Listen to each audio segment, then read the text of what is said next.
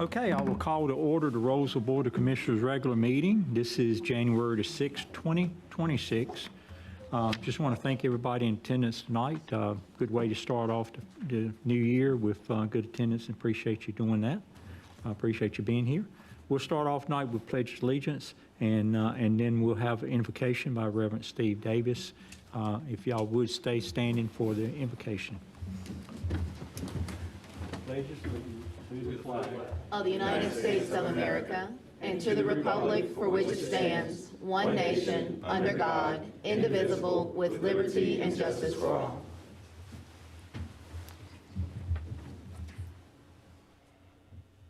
May we pray together. Heavenly Father, we gather here tonight with the leaders of our community and as citizens.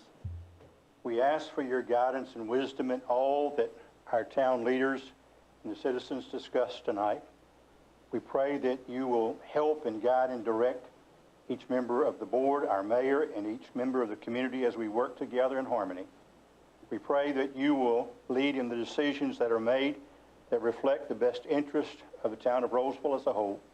Heavenly Father, we ask that even as we exchange and discuss ideas, that each thing will be fruitful and productive in producing a positive outcome for our community. We'll thank you for what you do to lead us and guide us. In Jesus' name, amen. Amen. Thank you, Pastor Davis. Appreciate that. All right. We do have one proclamation to start the year off. I want to read that, if you would follow with me. This is a proclamation of the town of Rolesville, Martin Luther King Day. Whereas the Reverend Dr. Martin Luther King Jr. devoted his life to advancing social justice, affirming human rights, and unifying communities. And whereas the life and the work of Dr. Martin Luther King continues to inspire millions of North Carolinians and Americans to help others in their communities. And whereas in 1994, the United States Congress designated Martin Luther King Jr. Day holiday as a holiday, a national day of service, charging the Corporation of the National and Community Services with leading this effort. And whereas Dr. Martin Luther King Jr. Day of Service offers opportunity for Americans to give back to their communities while making an ongoing commitment to serve throughout the year. And whereas Rolesville residents are encouraged to volunteer during Martin Luther King Jr. Day of service on January the 19th, 2026, and beyond to continue Dr. King's legacy, there are countless in-person and virtual volunteer opportunities for adults, families, and youth. And whereas Dr. Martin Luther King Days allow all of us to reflect on the ongoing need to embrace those principles essential to Dr. King's message, loving our neighbors, ending poverty, creating equitable economic opportunities, taking nonviolent direct action against hatred, racism, and oppression of any kind. And whereas the town of Rolesville joins in celebrating Dr. King as an incomparable civil rights leader and in honoring his life and legacy by promoting justice, peace, service, and community engagement. Therefore, I, Ronnie Kern, Mayor of Rolesville, do hereby proclaim January the 19th of 2026 as Dr. Martin Luther King Jr.'s Day in the town of Rolesville and commend to observe it all citizens. Adopted the 6th day of January 2026. Thank you for allowing me to read that. Any comments from the board? All right. Well, thank you. Appreciate that. We do have a few things on the agenda tonight, so I want to kind of move through those. One of them is consideration approval of the agenda. Everybody has that. I would entertain a motion for that. So moved. Second. Okay, we have a motion second. Any further discussion? Not hearing any. All in favor say aye. Aye. Any opposed? Sounds like the ayes have it. Ayes do have it. The motion is approved. The first item on the agenda, approved agenda, is a public invited to be heard. This is anything not dealing with the public hearing that's coming up a little bit later on a zoning thing. Any other items, this is a time to be heard. You're allowed to have 3 minutes to discuss or actually comment to the board. Any comments you have relating to town issues. So I will do that now. So we have two to sign up, Charles Buckingham. Yeah, that's me. I actually meant to sign up for the, Okay, for the zoning. so you want to reserve your right to speak later? Yes, sir. Okay, all right, that's fine. And then Jarvin Tucker. Yeah. If you would, come up, state your name and address for me. I got it here, Willow Farm, but, My name is Jawan Tucker, and I live at 313 Woodley Farm Road in Wakefield Plantation. I've been a resident here for over 11 years, since 2014, and my family and I migrated here because of the small town feel from Raleigh to here, and the schools, the education systems, et cetera. It's been great. But as of late, I'm talking with my wife. She travels out every morning. I have the luxury of working from home, but I have to hear her stories, of course. And it's horror stories. It's horrific hearing how she has to contend with traffic every morning. I mean, just getting in and out of Rolesville. And one of our biggest concerns is the new cobblestone. That's not fully occupied as of yet. And once we have full occupancy there, what does it look like? So are there any plans to address traffic, especially for the locals here? Because otherwise, I mean, you start moving further and further out to avoid that type of congestion. So I just wanted to share that with everyone and express my concerns, because I hear it every night from my wife. Now you can hear it from me, from her. thank Very important that you listen to your wife there. you. Yeah. Thank you, appreciate And I'm that. sorry, sir, could you tell me, where did you live again? Which Wakefield. sub- I live in Wakefield Plantation. Okay. Yes. You said Wakefield Plantation? Yes.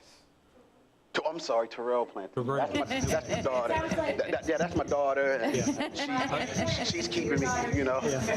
I thought that's what the address was. But it's the congestion here that's it's got me all over the place. Gotcha. Thank you, appreciate that. Yeah, that is a concern, so, we always considering that for sure. Thank you very much for your comments. Consent agenda, as you can see, there's 4 items on the consent agenda to approval of the 2026 minutes, 2025 minutes, October the 30th and November the 10th and November the 18th and December the 2nd. Approval of written determination of alternate parking plan. I think we had, I think that's just a formality. We've gone through that a couple times.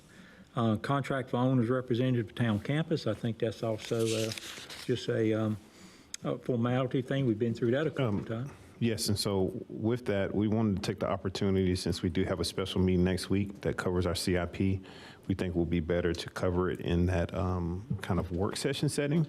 So we have more conversation about it, so that you all can get updates on the progress of that. So we wanted to remove it from the consent agenda with the intent on having it on the agenda of next week's meeting to talk through in the same capacity. Okay. And then the 4th one, approval of strategic organizational realignment effective in the classification plan. I think we've talked about that a little bit. So I think the request actually coming from town staff is to remove 7C. Did you make a comment on one of the minutes as being need to change? Or? There is, Christy, these are in the packet, correct? Yes. Yes. There needs to be an amendment on the Parks and Rec Advisory Board appointment recommendation. Okay. Just a couple of words need to Okay. be amended on that. Gotcha. Sounds good. So, so I entertain the decision, the board consideration for the consent agenda with the 4 items presented there with the removal of 7C. 3 items for approval. What's the motion of the board? I make it. I move to approve the consent agenda with the removal of 7 Charlie to our next week's meeting. Second. Okay, got a motion second. Any further discussion?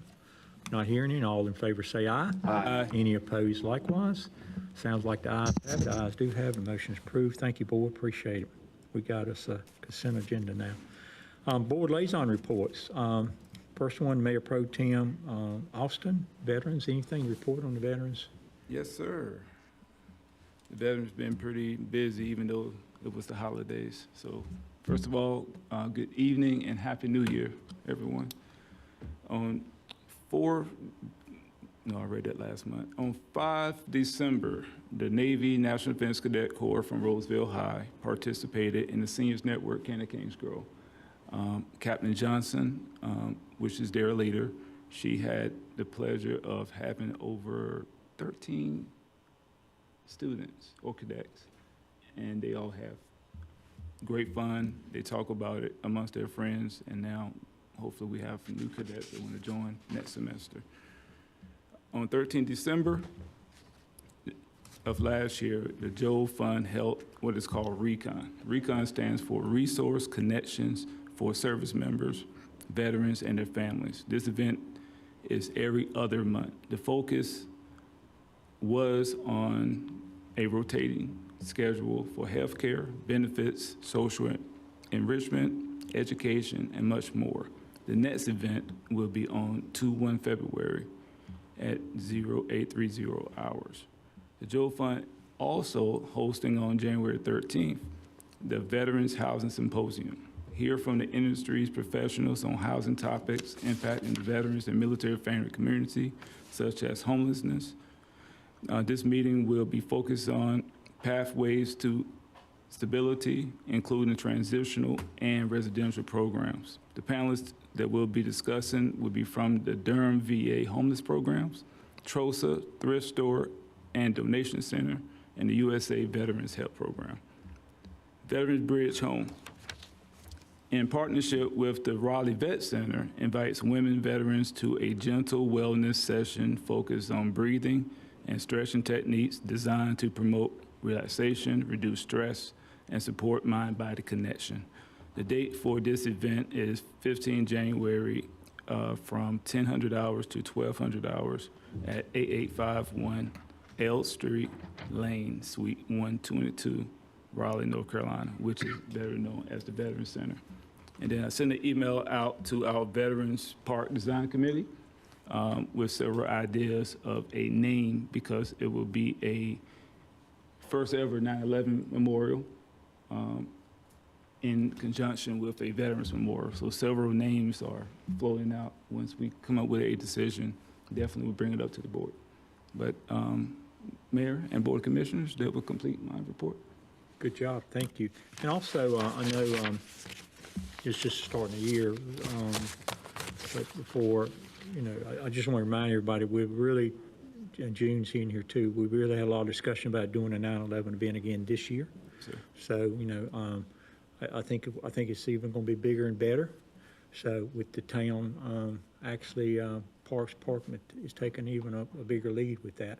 So, so it's a really easy date to remember, 9/11. So we're kind of excited about it. It'll be our second one here in town. So, but this one will be the first one that we really kind of organizing. So, thank you, Commissioner. Appreciate that. Yes, sir. Commissioner Sneed, Parks and Recreation Advisory Board. All right, I have yet to have my first meeting. It will be on January 28th, but today our Parks and Rec Director is on the agenda, so he will give us all the updates to bring us up to speed. Great, thank you. Commissioner Paul, Senior Citizens. Thank you, Mr. Mayor. Happy New Year, everyone.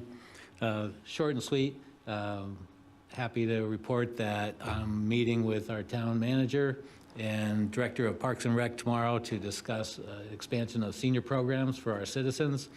I think that's in keeping with previous discussions about a senior center without walls.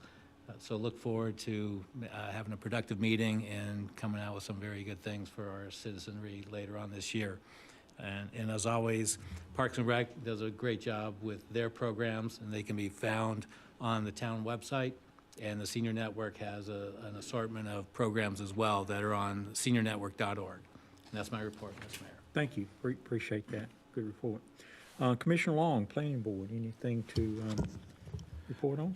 Good evening, Mr. Mayor, fellow commissioners, and town. Our updates tonight will be very brief because we're going to be introducing some new candidates or people for the Board of Planning. the planning board that we do have some vacancies.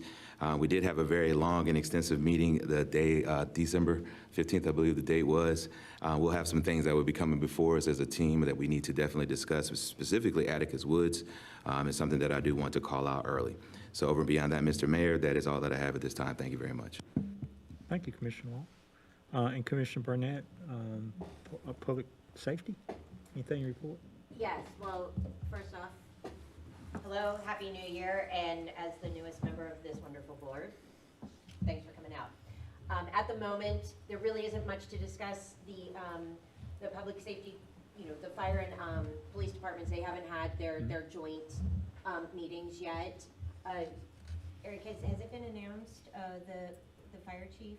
Has anything been in? Mhm. Okay, so I believe he's, Starts on Monday. yeah.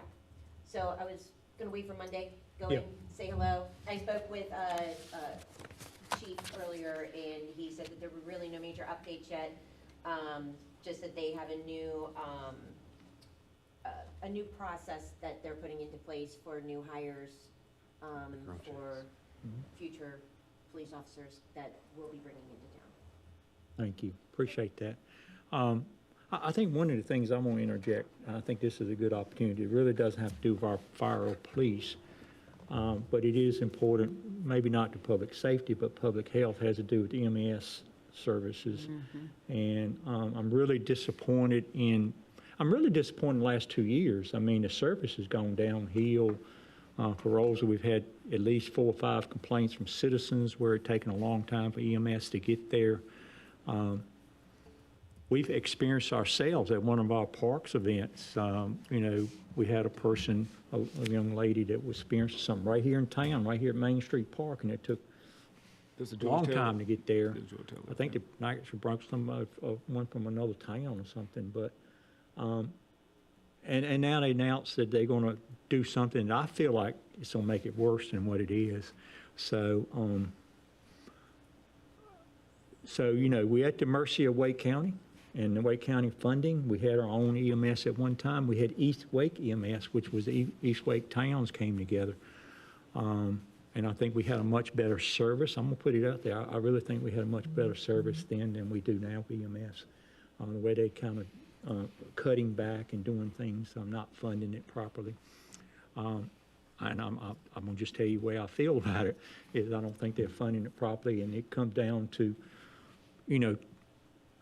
EMS people will tell you seconds matter when it comes to health. Getting that ambulance or EMS personnel matters. And I think the second thing is, I feel like, the town is responsible to serve our citizens somewhat. And the way it used to be, when you call 911, the fire department got a call, and they would respond. Now, they put more burden on our fire department, but at least our people had someone to, at least the fire department can be there.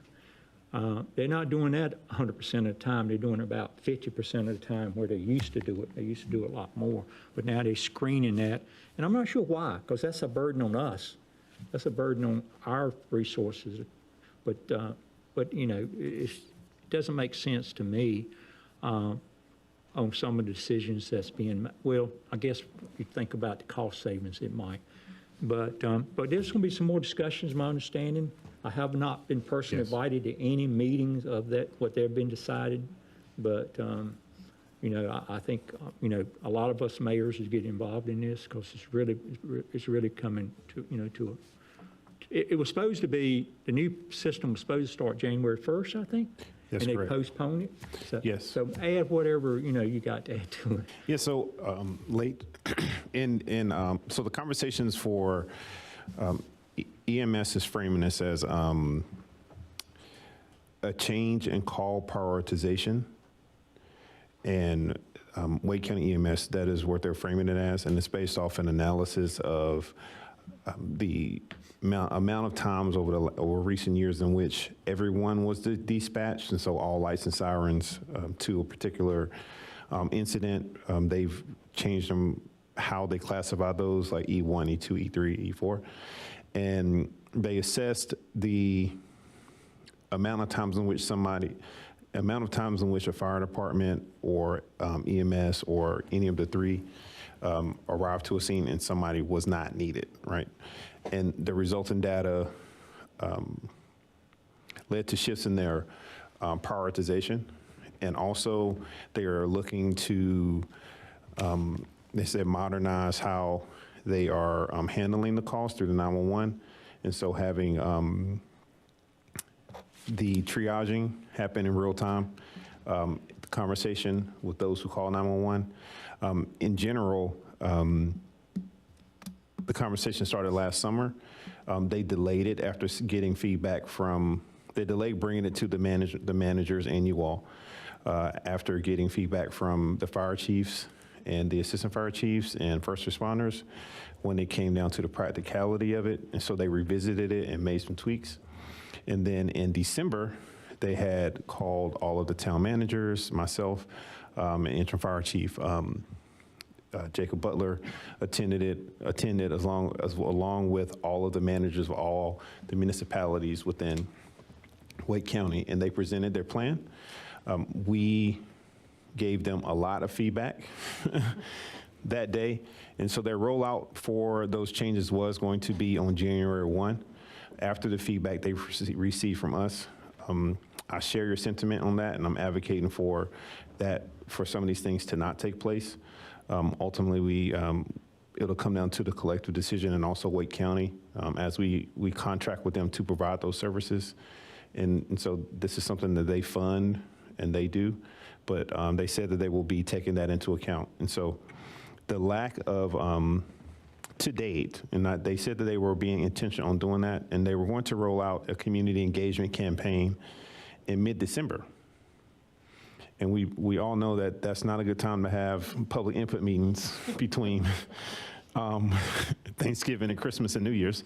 And so we told them that was not a good idea. And so what they have done is they have, they're revisiting their engagement with that. And they said they will be contacting you all by way of the respective Mayor's Association and the Commissioners Associations. And so there should be a communication coming out early this year to set up a series of meetings to engage you all.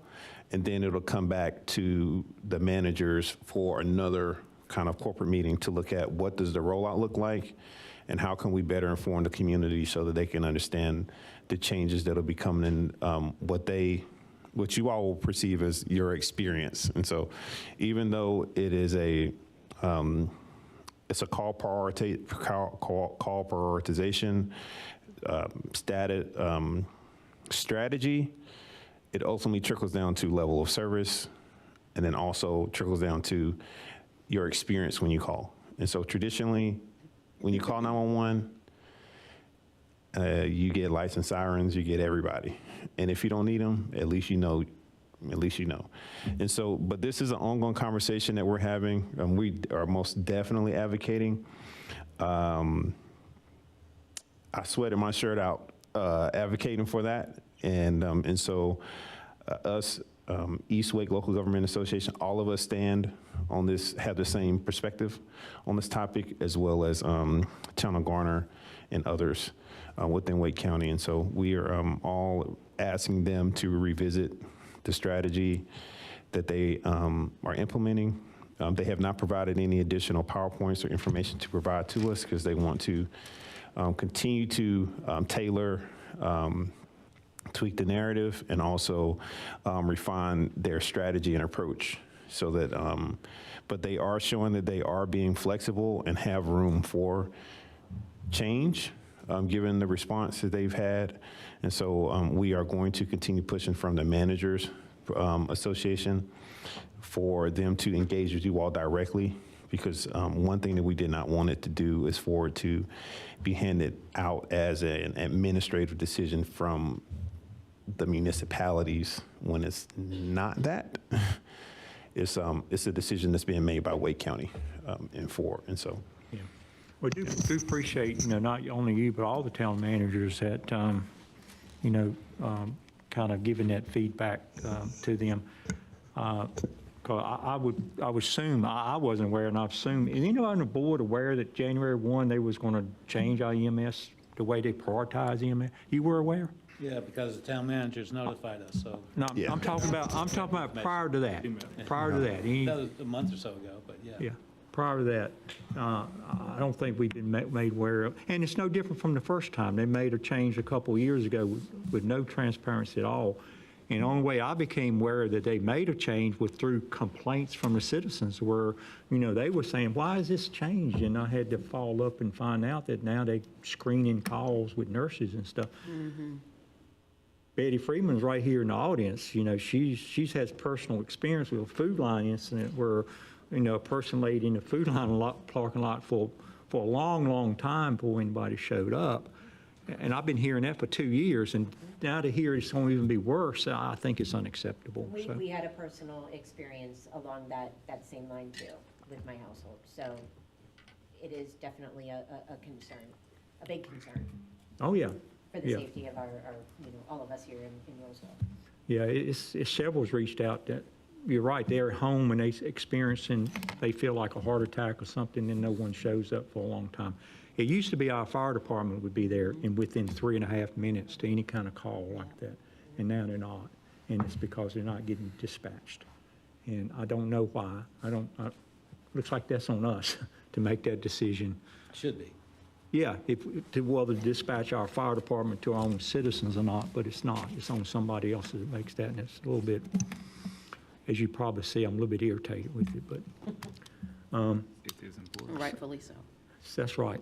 So with that, thank you, Jen. Appreciate it. I kind of interrupted that a little bit. It's not really public safety that you're responsible for, but I thought it was a good No, but place. I'm glad that you brought it up, because that was actually something that I wanted to get into depth with you and Eric at some point too. So thank you for that, because I had kind can of some of talk to those it on Friday. organizational questions about that too.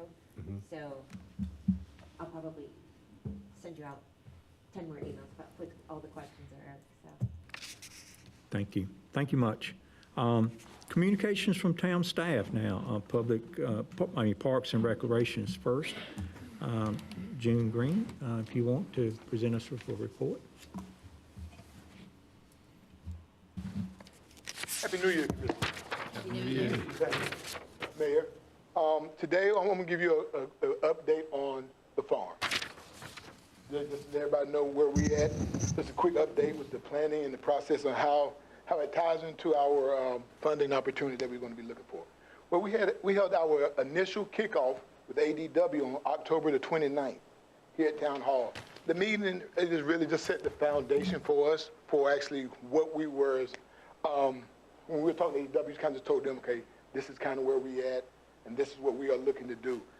Following that, we had our first design workshop on November the 25th, here also at Town Hall. And we used a card-based activity game where they had cards with different elements of the park, like a gym, a ball field, soccer fields, playground, stuff there, and also had prices on it for us to put them out there on where the park would be. So that was kind of fun too. We got to play with it, and everybody just kind of set it out and kind of move things around and see how much it's going to cost for everything that we was looking to do. One of the more effective parts of the meeting was, like I said, we were doing that exercise with the cards, and it just made everybody it kind of gave us the opportunity to see what everybody else was thinking as far as the whole panel of where we would like to see the farm at. Because everybody has different points of views, and everybody has different interests. So that is good because we want it to be a park that's inclusive. So everybody have different ideas and come to it for us. Our next meeting with ADW is scheduled for January the 15th. And at this meeting, we will continue to refine the concept based on the feedback from the first workshop we had and begin narrowing our focus on the most impactful part of this thing. So when we come back again next week, we'll be sitting down again and kind of looking at, all right, these are the prices, this is what it is, we know how much money we got, now we have to focus on how can we get the best out of our product with the money we have. So we'll be doing some more refining when we get back to our next meeting on putting it all together. On the funding side of this whole project, Back on November the 6th, the town submitted an application for the Wake County Hospitality Tax Funding Grant. So as part of that application, we are partnering with NCFC to help us to try to get this grant. NCFC is looking at wanting to build 5 soccer fields for us. Will help us build 5 soccer fields with lights, irrigation, the whole 9. With this grant. So we have partnered with them to build the soccer part of this, of the farm with the field. The project, like I said, the fields. So when we partner with NCFC, that would be them bringing in those tournaments they have on the weekends. And they have those big tournaments almost every other weekend, as you've seen them up there everywhere around. If you got kids that play soccer, I know you've heard of them. So with that, that'll be bringing in those tournaments, bringing in tourism, bringing in revenue to all of our businesses. And so doing that, and also with those fields, we can use those ourselves. We can use those soccer fields ourselves for our programs to rent out or either host our own tournaments and stuff like that in-house. With that project, the total cost for that project is $7.6 million just for the soccer field. 7.6 million. So the grant that we applied for pays for half of that, 3.8. NCFC has committed to 960,000. So that would leave our part to be a little bit over 2.85.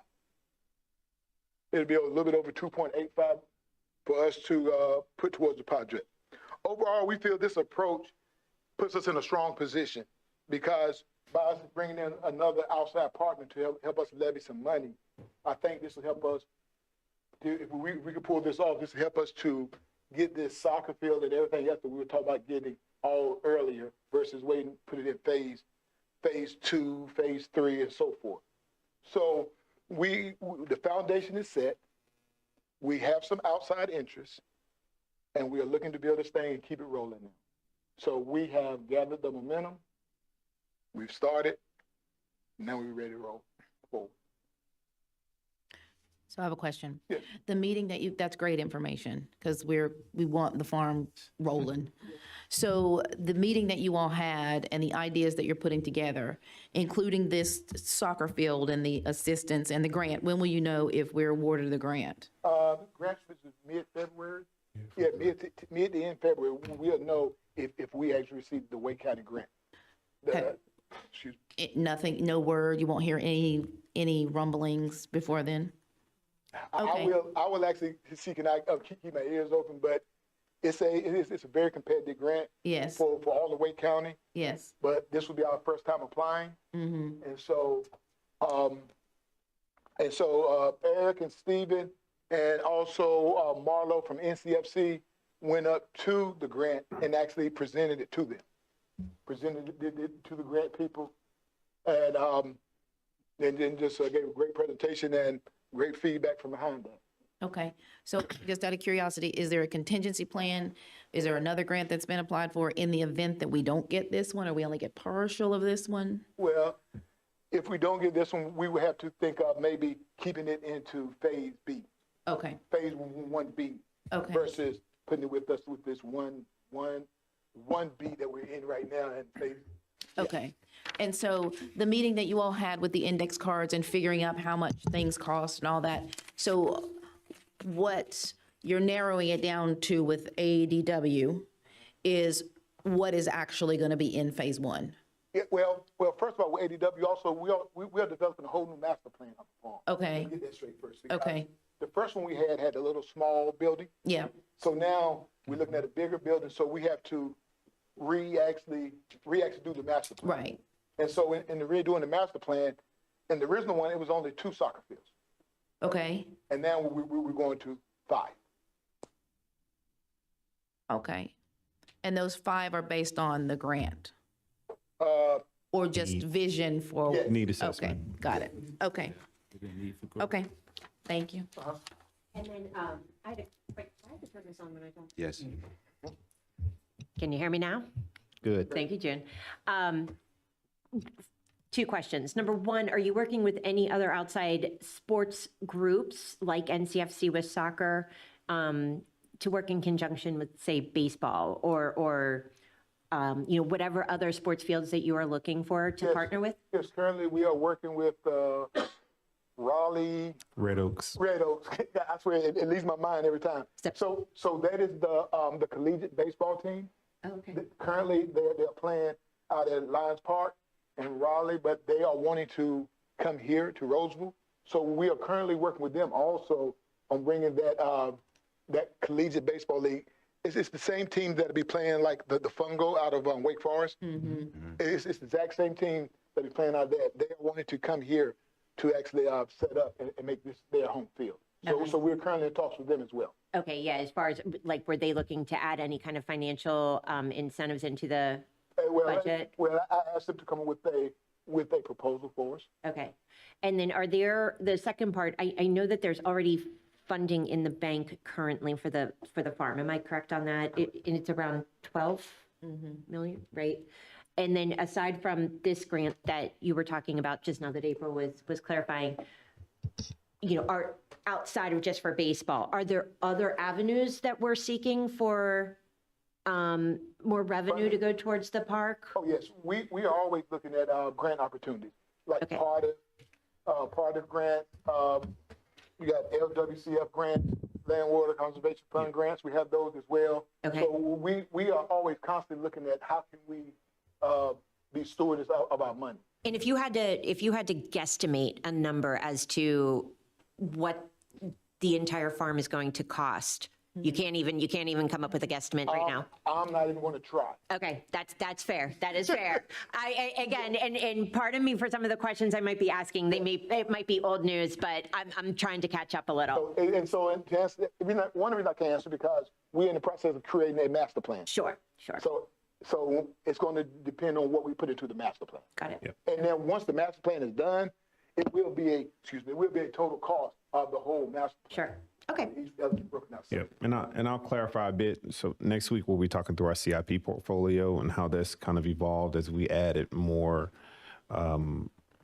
desires into that. And so community centers, all the different things, because right now I see our CIP portfolio was fixed. It's kind of like a fixed amount that is based off our growth over the next few years. And so we've calculated into that the growth of our tax base, our penny. You start learning a whole lot about pennies. The pennies that the federal government went away with, you're going to have a whole new definition, Ms. Jen. So, we have put aside $12.5 million within our CIP portfolio to go towards the farm project, and that the project is planned to be over a number of years. So I think the last phase will be timed out into 2030, 2032. Okay. And so by finding the alternative funding resources, it's allowing us to accelerate and bring stuff out of the far future closer and closer and closer. Are there any plans to put the community center at the farm, or are we still not sure what we're doing with that? So the community center is included inside of the master plan for our municipal complex. Yeah, I knew that, but I wasn't sure but there was discussion. But the community center is supposed to be more so a services space,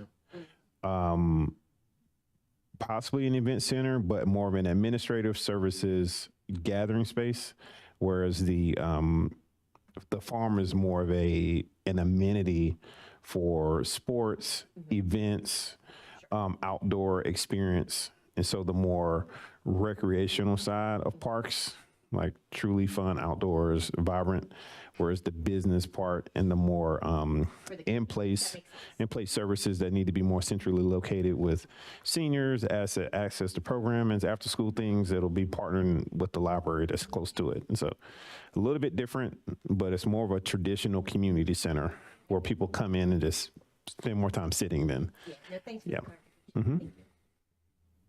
June? Yes, sir. How much land would the 5 soccer fields take up in total? Any idea? If you are looking at the farm property, that little section right there on the right. But how many acres? We have to get that question. Yeah, We have to get that back just to right you. up here, me trying to figure out how many acres, because they got it laid different. They got it laid So is that different where ways. the universal fields is supposed to go, the baseball fields? and Yes. Yes. So we're not going to do those now? We looking at maybe moving them over. Because we still have 116 acres on this property. So we have more than enough space. Yes. Yeah. Have we calculated what kind of revenues we'll generate from NCFC? Well, with NCFC, if we go there and when we set up concession stands while they have their tournaments, we will be getting funds off the tournaments that they have. And they got it broken out for the, where they say that after a couple of years, they may want to come back and say, let's turf all the fields, and then they will pay to turf all the fields for us as Right. well. So the projections on the revenues aren't clear at this point, and to be in full transparency. And so the goal for the partnership initially is for it to be something to be able to bring that infrastructure into our amenities so that we can be able to utilize it. So right now we think even because the athletic experience between NCFC and Parks and Recreation, there's kind of two different things, because we have a lot of children here, youth, that want to learn how to be in soccer, but don't necessarily desire to do highly competitive soccer, right? And for them to be able to play on nicer fields, to be able to play at night, to get lights, all that kind of stuff, that's something that's going to be calculated into the initial, I guess for lack of better words, agreement. And so the goal would not be for us to make any money at the very initial phase, because they're going to be paying for actual infrastructure to be built. But there will be a point in time in which it would transition into being a revenue source. But we're trying to essentially build through the partnership and allow them to be able to lease. And then that will transition into a revenue source after a certain amount of time. But we don't know what that break-even point will be, and it will come honestly down to how much they actually invest. And so a turf field with lights, they're saying it's like $2 million. And so what that lease will, like if we look at what they will lease it for and how that recuperation happens, we don't know if they will start paying for that in 4 years, 3 years or 4 years. But what we do know is our youth that we have in our Parks and Recreation program can play on a really nice field at no cost. And it's not a place they're going to be twisting their ankle and all these kind of things. Right. Sure. But can we use 5 fields without NCFC or by, No, looking at a so different way? our programming will not occupy 5 fields. We don't have enough youth in our program to occupy those 5 at one particular time, but their programming and their lease will drive that and bring that there. And so if we pivot from the NCFC and then look at the opportunity with partnering with the baseball team, that's a summer league baseball team that will help do an amazing main baseball field that they will only use in the summer. We don't have summer baseball. We have fall and spring baseball. And so the benefit for that is they help us to build that. And so our youth can have late night games. Our high school baseball team, they can have a nice place to play their home games, like things like that. We can bring that into our community, and we'll most definitely have a revenue source off of that when we can host travel baseball tournaments in the fall and the spring, have late night baseball games, and then from a Parks and Recreation standpoint, have more all-star programming. And so the places that have nicer facilities can host the regional all-star games. And so the best team from Knightdale, the best team from Rocky Mount, the best team from all these different municipalities, they'll just descend upon Rolesville and they'll have a soccer tournament on a Saturday. And that all of this moves into what we're trying to do with our, what we've been working with the Visitors Bureau as far as having patronage and having more nighttime experiences to be pursuing more interest from small boutique hotels and more commercial development to have that nighttime and weekend traffic to move towards shifting our economic tax base as well. And so this kind of plays into the big picture. And we know that this is an initial investment, but the demand for this and the demand for them to be able to have a home for these programming is super high. And it's advantageous for us to do that. But I do think there's a very definite upside when it comes to revenues and helping us level out our tax base that will definitely benefit a lot from. But we'll work to get a more kind of like an economic impact, revenues impact forecasting for y'all as we get closer to what that is as we solidify the partnerships. Have they talked about what percentage of time they would require as far as from their perspective with respect to the 5 soccer fields? I mean, are they going to use them 40% of the time, 80% of the time, somewhere in between? Any idea? We don't know yet. Yeah, because Okay. that's based on to determine on what actually programs do they have that's going to be based out. Sure. As well. And they'll work around it. I think before we get too far down the road, the board needs to see what that looks like. Yeah, we'll bring it to you. Yeah. Because I just Googled it and it says, it says, soccer field requires 6 to 25 acres. So 6 fields require approximately 60 to 150 acres. We don't have So, 150. well, that would take the whole park. Right. And soccer field, I mean, if you look at the one over on Capitol on Prairie, it takes a lot of space to put soccer fields in. Right. So I want to see what it looks like before we give up. They will. No. And they won't be full size. So all 5 of them will not be full size, just so you know. And so there will be 1 full size, and then there'll be 3 that are Have you been be to, more compact. Have you seen the one on Durant Road? So 7 on 7. Those aren't full fields. They're 5 on 5, 7 on 7. Yeah, they're not full fields. So But we'll bring that in the updated master plan will bring all that before you all. The reason why we've kind of moved into the visioning for it, and you've been hearing a lot of like that more aspirational, this we want to do is because we're pursuing the partnerships and trying to make sure, and then also trying to make sure the community knows what we're pushing for their experience as well. Because I think that there hasn't been enough language about what the future of that space could look like. And also this narrative helps us when it comes to the grant funding as well.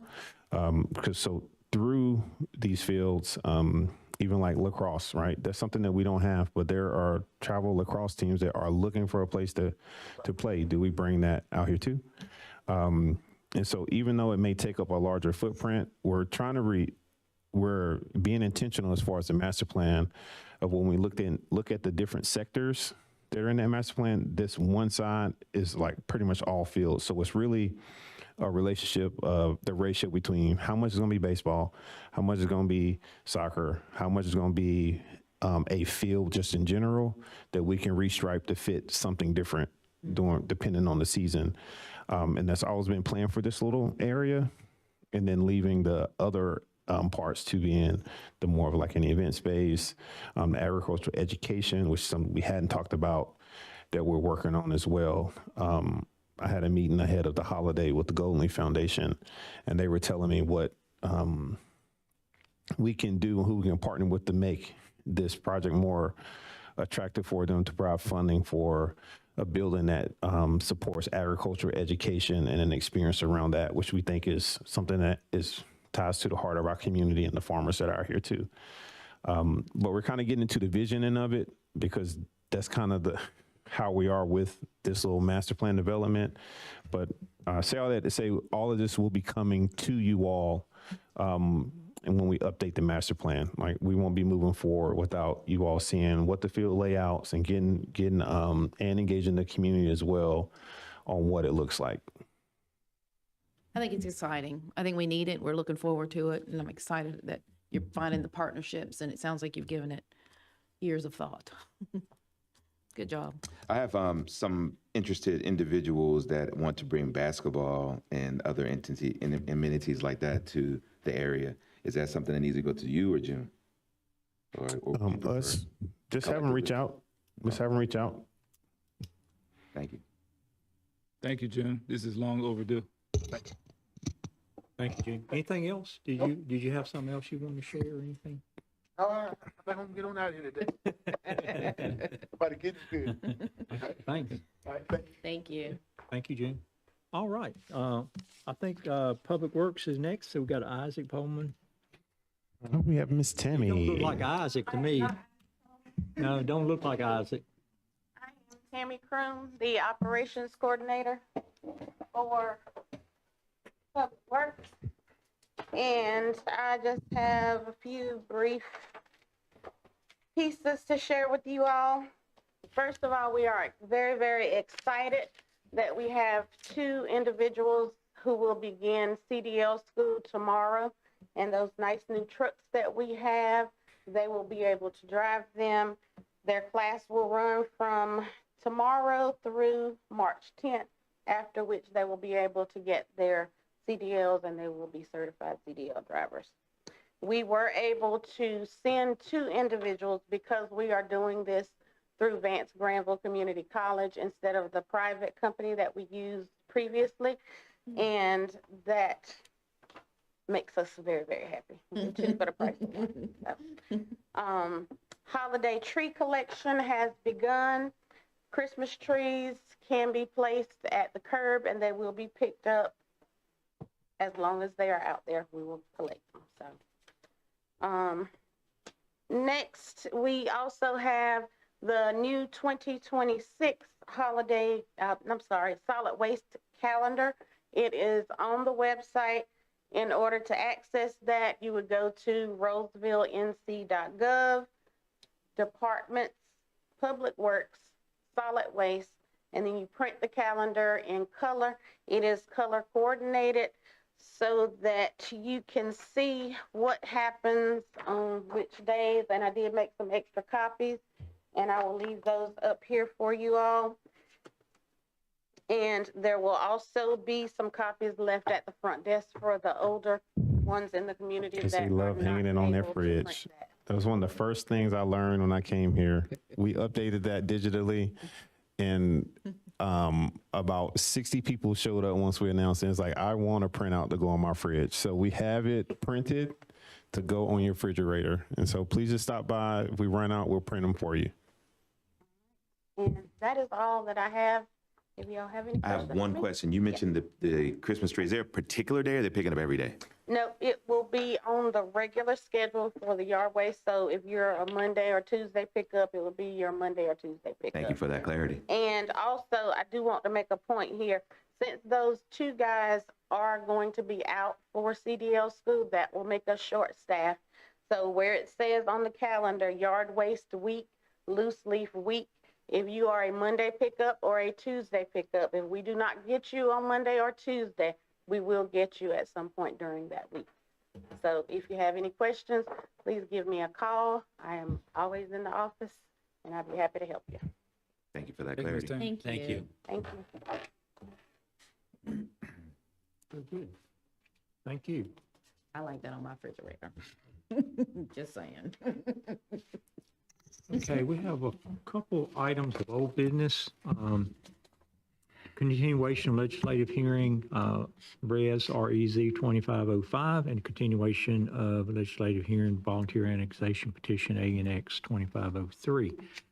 We did open this, as board, you may remember, we did open this last meeting, and we did a continuation for this meeting, so we will pick up from there. So I will just, we already opened, but I'm going to just call it open again since it's been so long, and ask for a staff report from staff.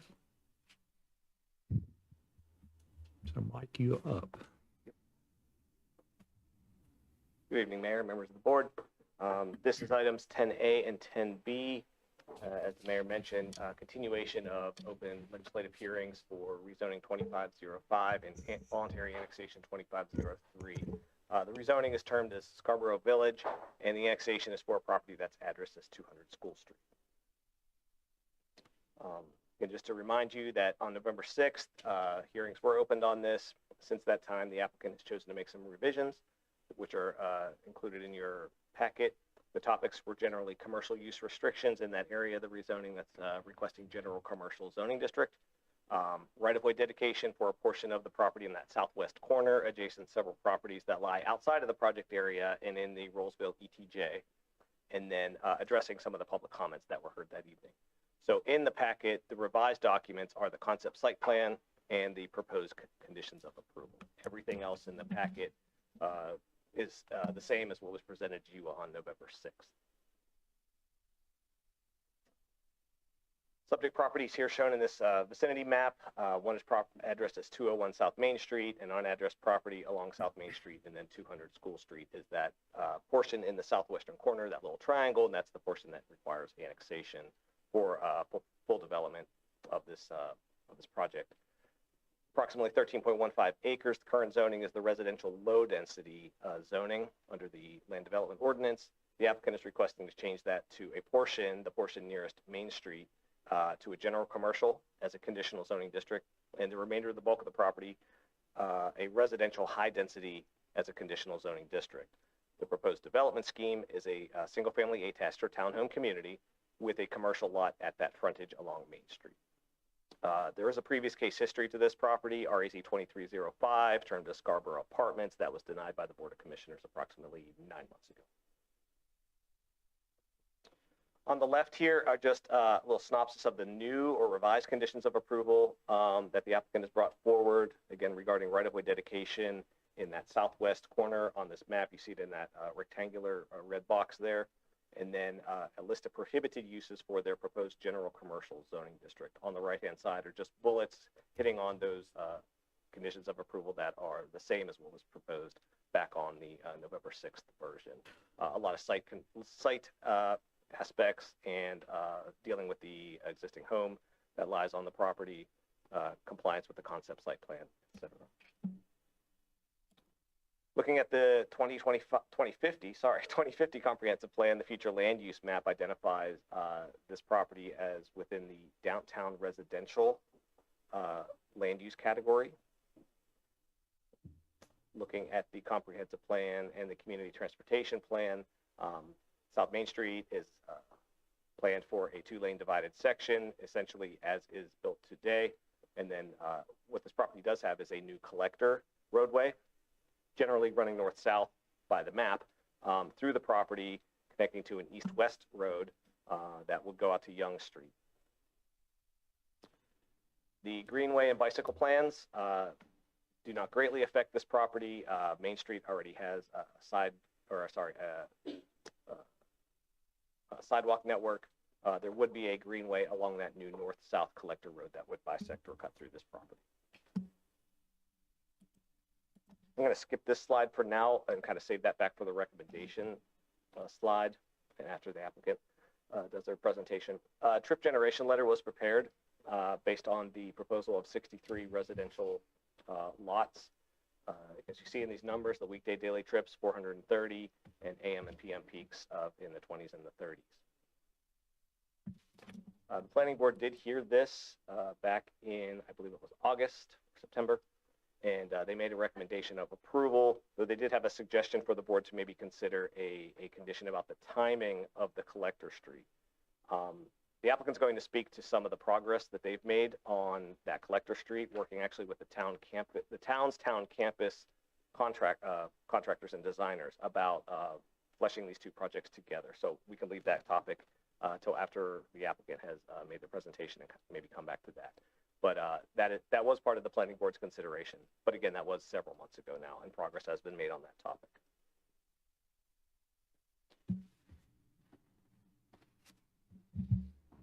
Overall, staff recommendation is that this application for a townhome community with general commercial along the Main Street frontage meshes with the new future land use category. The density is approximately 6 units per acre. That's actually lower than the prescribed density of the RH zoning district, which speaks to a density of between 6 and 9 dwelling units per acre. This plan would create and construct the vehicular circulation network in this area, primarily that north-south new collector road, as shown kind of in the yellowy hash there on the drawing. There would be a greenway connection made, so compliance with the town's greenway plan. It would provide a diverse housing option that is not immediately available in this particular part of the town and along Main Street. And then it would do some part to reestablish a town center. That commercial along the main street would work towards that goal of establishing a town center, a nucleus of a mix of uses, whereas most of the land use along South Main Street in this vicinity is single-family residential. The applicant is here. They have a presentation to give, and I would suggest that they do their presentation, and then staff can provide the motions after that fact and after more public is heard. Any questions? Okay, thank you. Any questions for staff in the staff report before we move on? Did you have any other staff people to speak? Transportation, anybody from staff? No. Okay. This project did not do a full traffic impact analysis, so there is no consultant. As we're used to having Stantec or DRMP be here with representatives. This project did not trigger that with this proposal, and the applicant can speak to that further too. Okay. So we got presentation from staff? You said it did not trigger? Correct. So this is, Volume. Yeah. Right. According That to their generation numbers. slide. right. Yeah. Not according to their numbers, but not according to the reality of what we see. Right. Okay, I understand. Or what's already there today, before this. Yeah, I mean, But yes. it's questions. Any other questions? Not yet. All right, thank you, appreciate that. Okay. And just hang on. Yep. The So, applicant can come on up if you invite them. Yeah.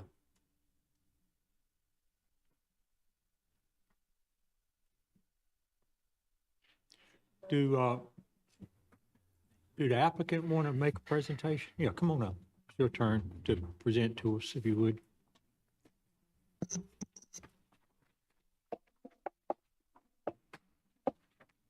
currently zoned for high density. Currently zoned high density. Thank you.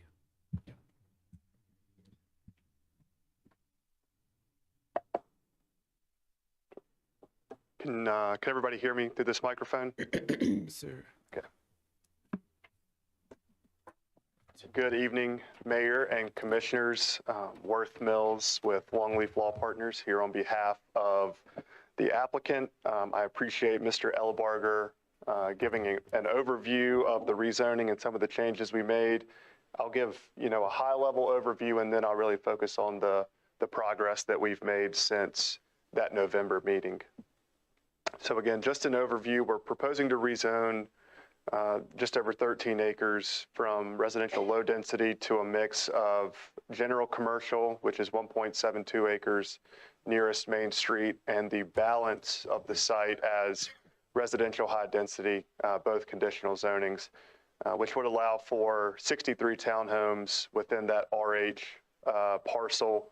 We did receive unanimous recommendation from the planning board, and as I mentioned, this board deferred a decision at the November 6th hearing to allow us to work on additional conditions and to make some headway with the town as it relates to that collector street that runs from Main Street down to the town campus site.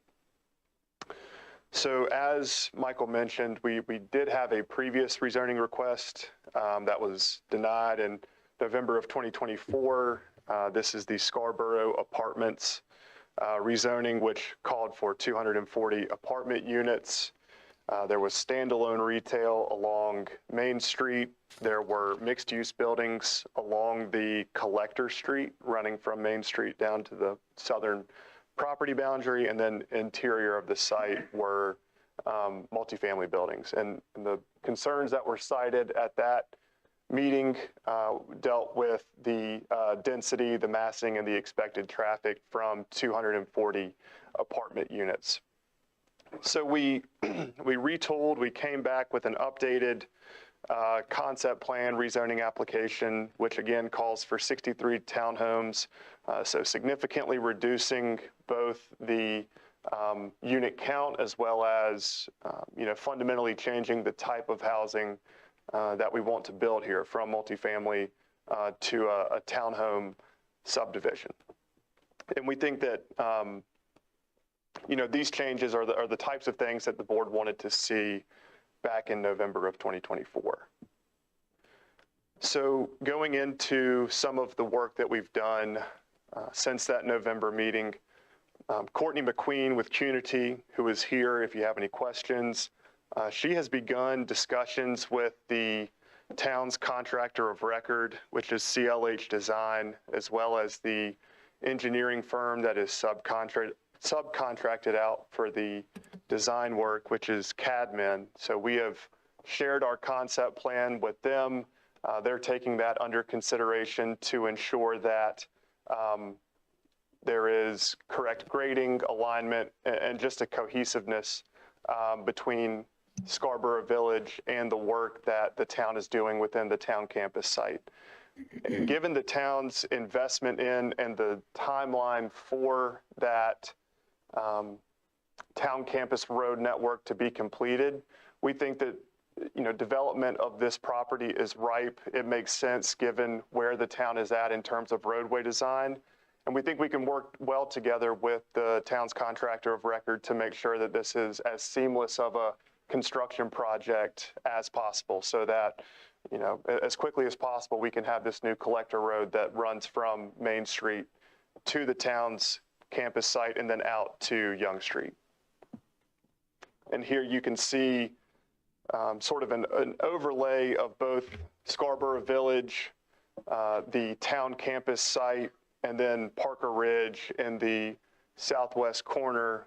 And here again, just wanted to highlight sort of that connectivity and the cohesiveness that we hope we can bring to the town by working with your contractors and making sure that that work is in alignment and makes sense for everybody. At the November meeting, the mayor brought up the potential issue for 4 single-family homes that are bordering us to the southwest. Currently, they have a dirt road driveway that sort of leads from their homes out to the end of School Street.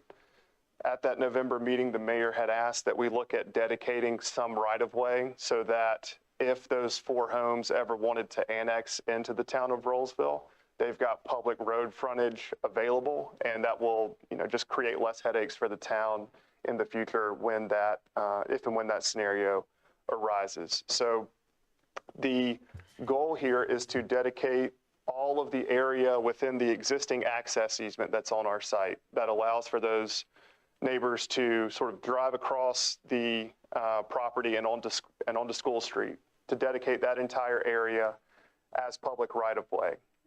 But there would not be any roadway improvements at this time. We don't want to interfere or mess with, the existing transportation, the existing access that those folks have, but we want to preserve their ability to sort of seamlessly annex into the town if and when they choose to do that. So from the ground, nothing's going to change. It's still going to be sort of a dirt path that leads, out from School Street. But again, it just makes it easier for those 4 neighbors to annex and have that public street frontage if they choose to do so in the future. Another concern was the list of permitted uses within that general commercial zoning district. I know the mayor had referenced a few cases at the November hearing, and we worked with Mr. Ellebarger to get a list of those conditions and the prohibited uses that they had included. So we took into consideration those rezoning cases, as well as just looking at any uses that we think might not be suitable from either a traffic generation or sort of a noise and peaceful enjoyment, both for the future townhome residents as well as for the Perry Street neighbors to our east. Can I ask you a quick question? Sure. So when you're saying up here retail sales and services, community, and then obviously the shopping center, we get that, but can you kind of explain what that means, looks like? Yeah, so there are 3 separate retail sales and services uses within the LDO. We still permit the retail sales and services neighborhood, which it's the same definition for all 3, except there are maximum square footage requirements within each. So I think the neighborhood retail sales is up to 25,000 square feet. We're not approaching that level, but that's the limit in the UDO. The community, I believe, again, same definition, but allows for up to 50,000 square feet within one use, and then shopping center would allow for up to 100,000 square feet. So that would be like your public shopping center, something like that. So again, this list here sort of represents what we think are the uses that either are incompatible with the surrounding neighborhoods or that just aren't going to be much of a net positive to downtown Rolesville, whether it be a vape and tobacco store, vehicle services, things like that, where they're not adding to the downtown character of Rolesville. So what we have permitted here is still a pretty wide range of uses, but we think uses that are a benefit to the community and also, like I said, add to the revitalization efforts of South Main Street. And then this slide here shows the full set of conditions. Those are in your packet if you need to reference those, but I'll skip over that for now just for time's sake. So I did want to touch on the 2050 future land use plan and sort of explain how we believe that we are consistent with this. So the entire 13.1 acres is designated as downtown residential. The comp plan provides some characteristics about what that means, and it's concentrated residential development that supports a walkable downtown identity with multimodal connectivity to Main Street and Main Street Park. We accomplish both of those by, again, locating the townhomes as close to South Main Street as possible, but we're also providing the new sort of greenway extension along that collector road that leads up to South Main Street and provides easier access for those walking or biking either from the town campus site up to Main Street Park or vice versa. And RH is the recommended zoning district for this future land use map designation. I wanted to also look at the commercial center designation. The area that is highlighted or sort of bordered in red represents the 1.7 acres that we're planning to rezone to general commercial. All of the parcels to our west along Main Street until you get to School Street are designated as commercial center, and that's where you're going to see sort of your conventional commercial uses along primary corridors. GC is a recommended zoning district for that area. We think because of this sort of partition where we're separating the area, the land along Main Street from the rest of the townhome site, it does make sense to permit, a limited amount of general commercial uses in that area, which is also consistent with the town's vision for the 4 to 5 parcels to our west between our site and School Street. So we think, again, that that's going to be a net benefit to the town and will provide for additional retail or service opportunities for folks to either drive or walk or bike to and not have to get in your car all the time. Lastly, I just want to point out that we did look further at the Rolesville Big Idea, or excuse me, the Rolesville 2050 plan, and I put a couple of the overarching themes here on the screen. So Rolesville Big Idea 1 is to market Rolesville as a healthy community with extensive greenway, trail, and park destinations. Again, we would add new homes within walking distance of Main Street Park right across the street, and we would be installing a new greenway to allow folks to travel outside of getting there by a car.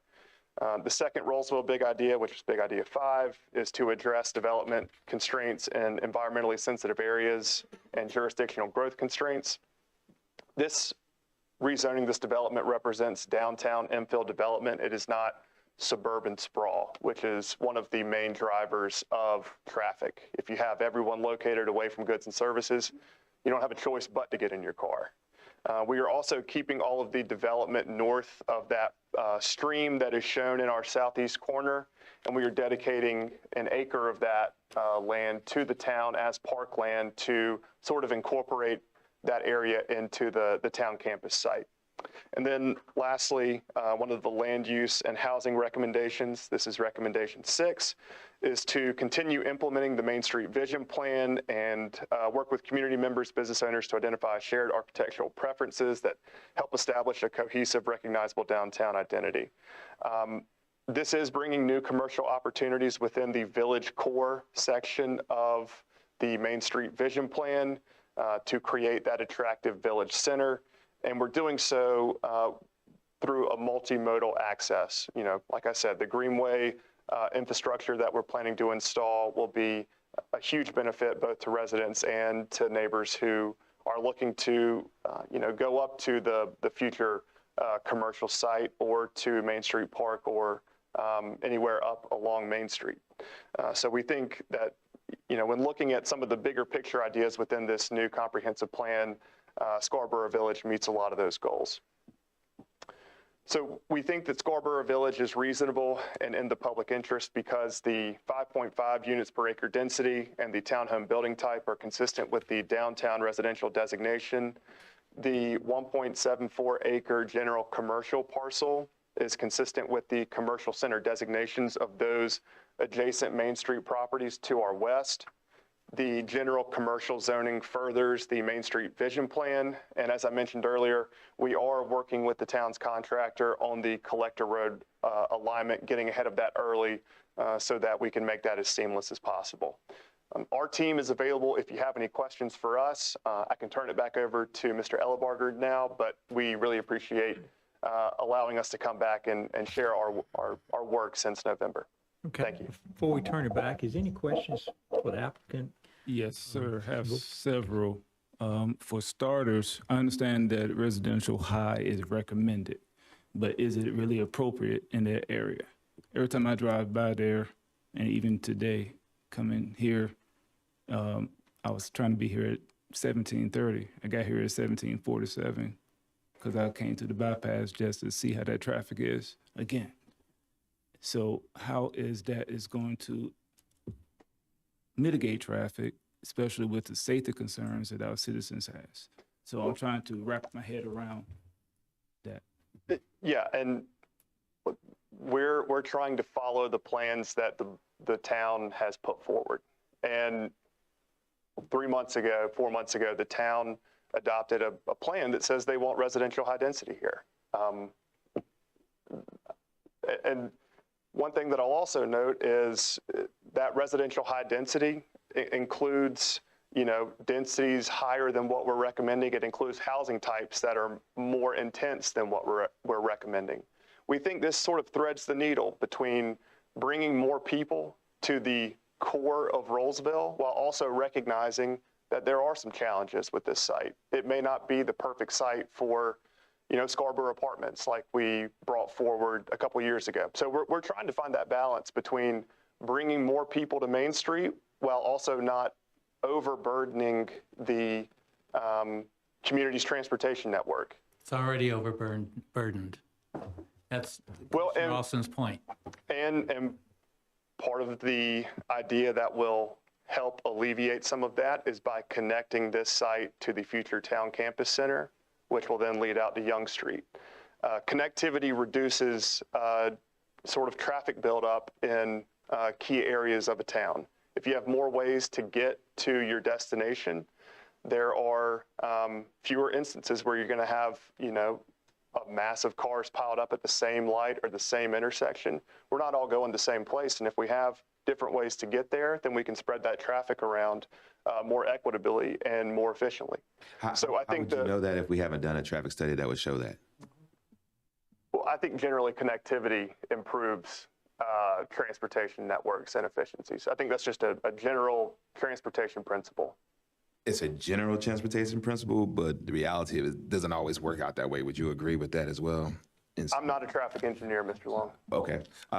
I received that. So I think my biggest question is a traffic study would be helpful to help us understand a little bit more about how the connectivity or the connection road would impact or decrease traffic. I mean, at this point, I can't confidently say that it can or it can't, and you really don't have a way of validating whether it, engineering-wise, it will be sufficient to reducing traffic. it sounds like a hope. What you stated there was, we hope that this would do A, B, C, X, Y, Z versus a known factor. That's all I really want, is a little bit more data. So a traffic study would have been very impactful, because I think it would have helped us try to understand a little bit, wrap our hand around the traffic that we know that we already have in that area and how it's going to help alleviate it. So I definitely think, can we renegotiate that conversation as well? Okay. Can I ask, I want to add one thing to that. So based on the numbers that are up there, would it, depending on the business that is brought to that corner, would that tip the numbers for a TIA being needed? I would have to defer to Mr. Ellebarger on how that was calculated in their trip generation. Okay. And while he talks, if you're going to say anything, Michael, could you put back up that list of approved or Would you like the permitted or the prohibited? permitted? Yeah. Thank you for that. And I'll come back to that in a minute. Did you want to? Sure. So the trip generation letter that's included in your packet and so forth was developed by the applicant, not by staff. That's But what I thought. the generated numbers did not hit the trigger points that the LDO has. The trigger points are 500 daily trips or 50 in either the AM or the PM. And to what April was saying, so that the 430 number, that was just simply based on the townhomes, correct? Not on the potential business commercial piece. That's right there. And it, Semantics. Correct. yeah, and my problem with the whole thing is just trying to lead out onto Main Street via Perry. That is, it's, and this is where I have been asking if the town has any other, future traffic studies or looking at the roadway, because I just don't see how feasibly, 430 is just for the townhomes. How are they going to be funneling out onto Perry Street? Is it just going to be a stop sign? Is it going to be another, right turn only? You can't make a left turn? Because that causes even more problems. And I mean, and I know this probably can't happen, but for the townhomes, because correct me if I'm wrong, and I know I'm part of the public safety board, but give me an ounce of grace because I'm new. Do you have to have two entrances and exits into just the townhome area? Meaning, would it be possible to cut off any residents in the townhomes from using the connector street out onto Perry to Main Street? And just have an entrance and exit at the connector where the town is, where the new town road will be?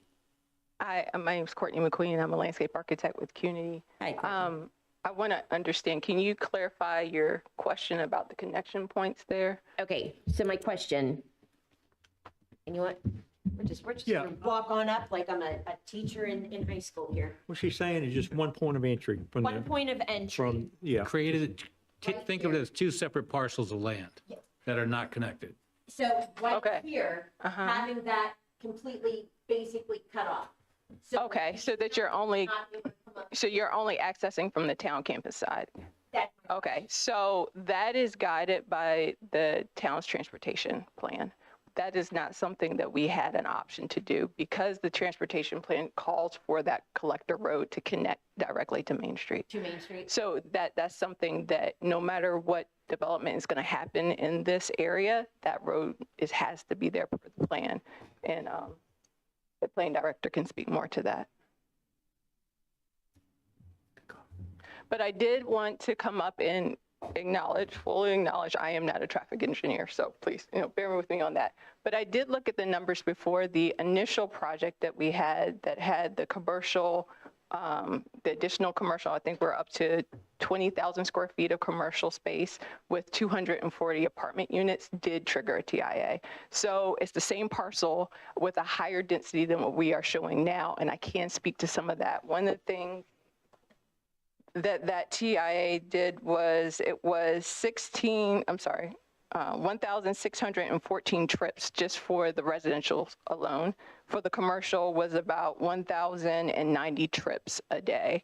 And the recommendations were, because this proposed collector was a part of that analysis, was that they restricted a left turn from the collector road onto Main Street. I don't know if you guys can recall some of that. So while I definitely understand the concern about not having an analysis done and how this trip letter was generated solely on the residential units, we're talking going from 240 units to 63. Like that's a significant, it's like 80% reduction.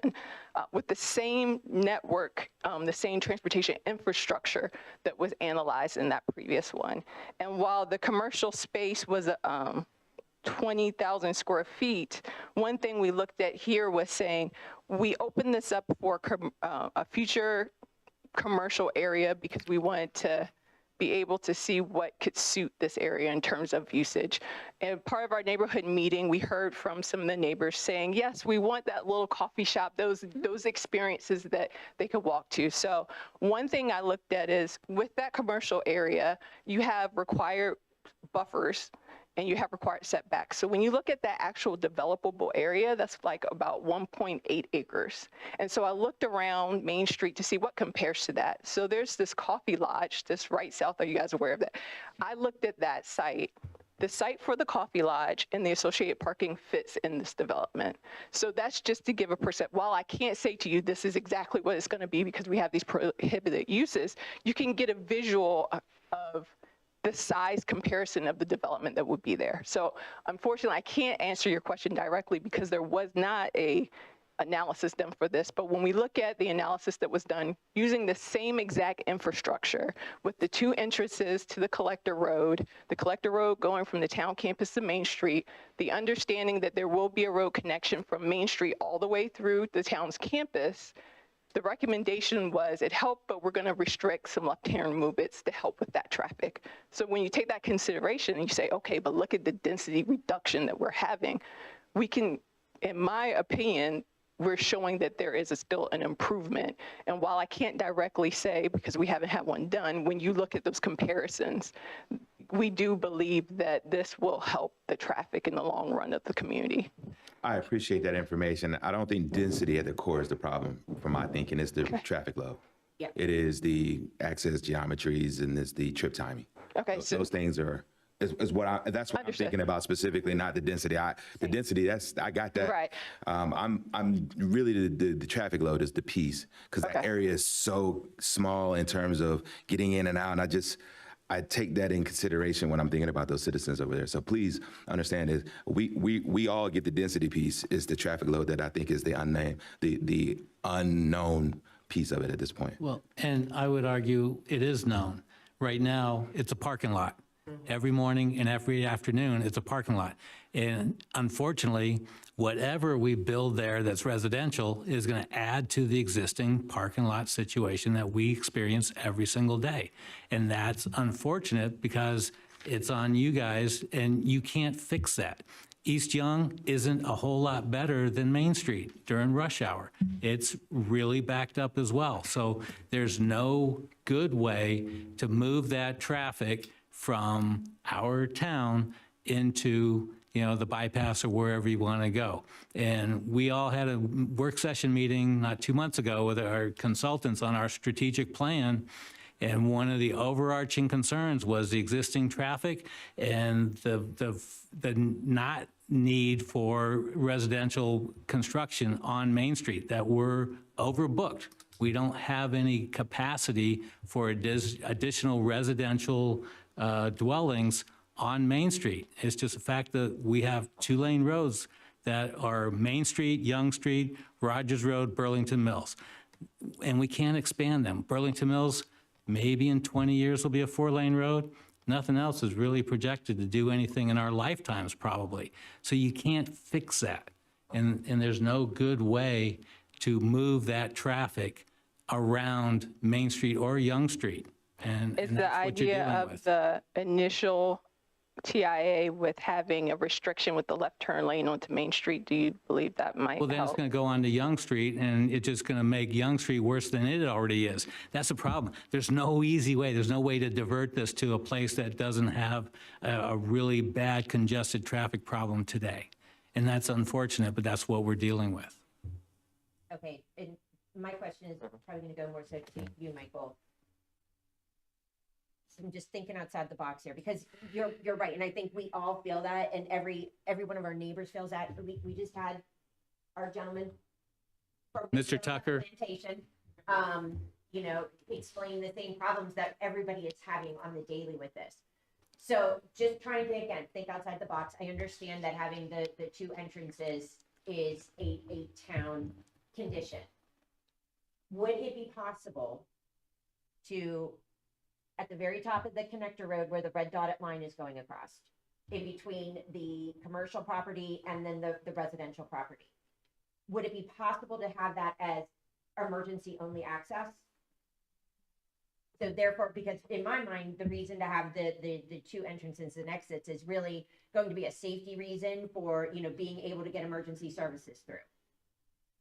Do you want me to go back up? No, I think I grabbed the, so the board is completely in control of their community transportation plan. This road that they're showing is showing compliance with your plan as today.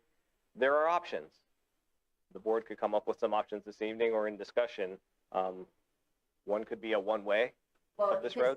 What I was thinking here, and again, I don't know if this comes into play with DOT or not, but as we're coming out then onto Young Street, is it possible to have a light then at that point to be able to handle the traffic going up and down Young and then turning onto the new road that the town will be building onto our The community. That's a DOT. Yeah, so that kind of dovetails with the municipal complex. And so we did do a TIA for that. And that TIA did take into account the connectivity to this community, and also took into account the volume and the future in that area. And so the upgrades that we're making with our town campus connection to East Young will be widening it, and there is a possibility, as far as the conversation with DOT, that they will require a signal of some sort, particularly during certain times of the day. And so that is feasible. And I guess, yeah.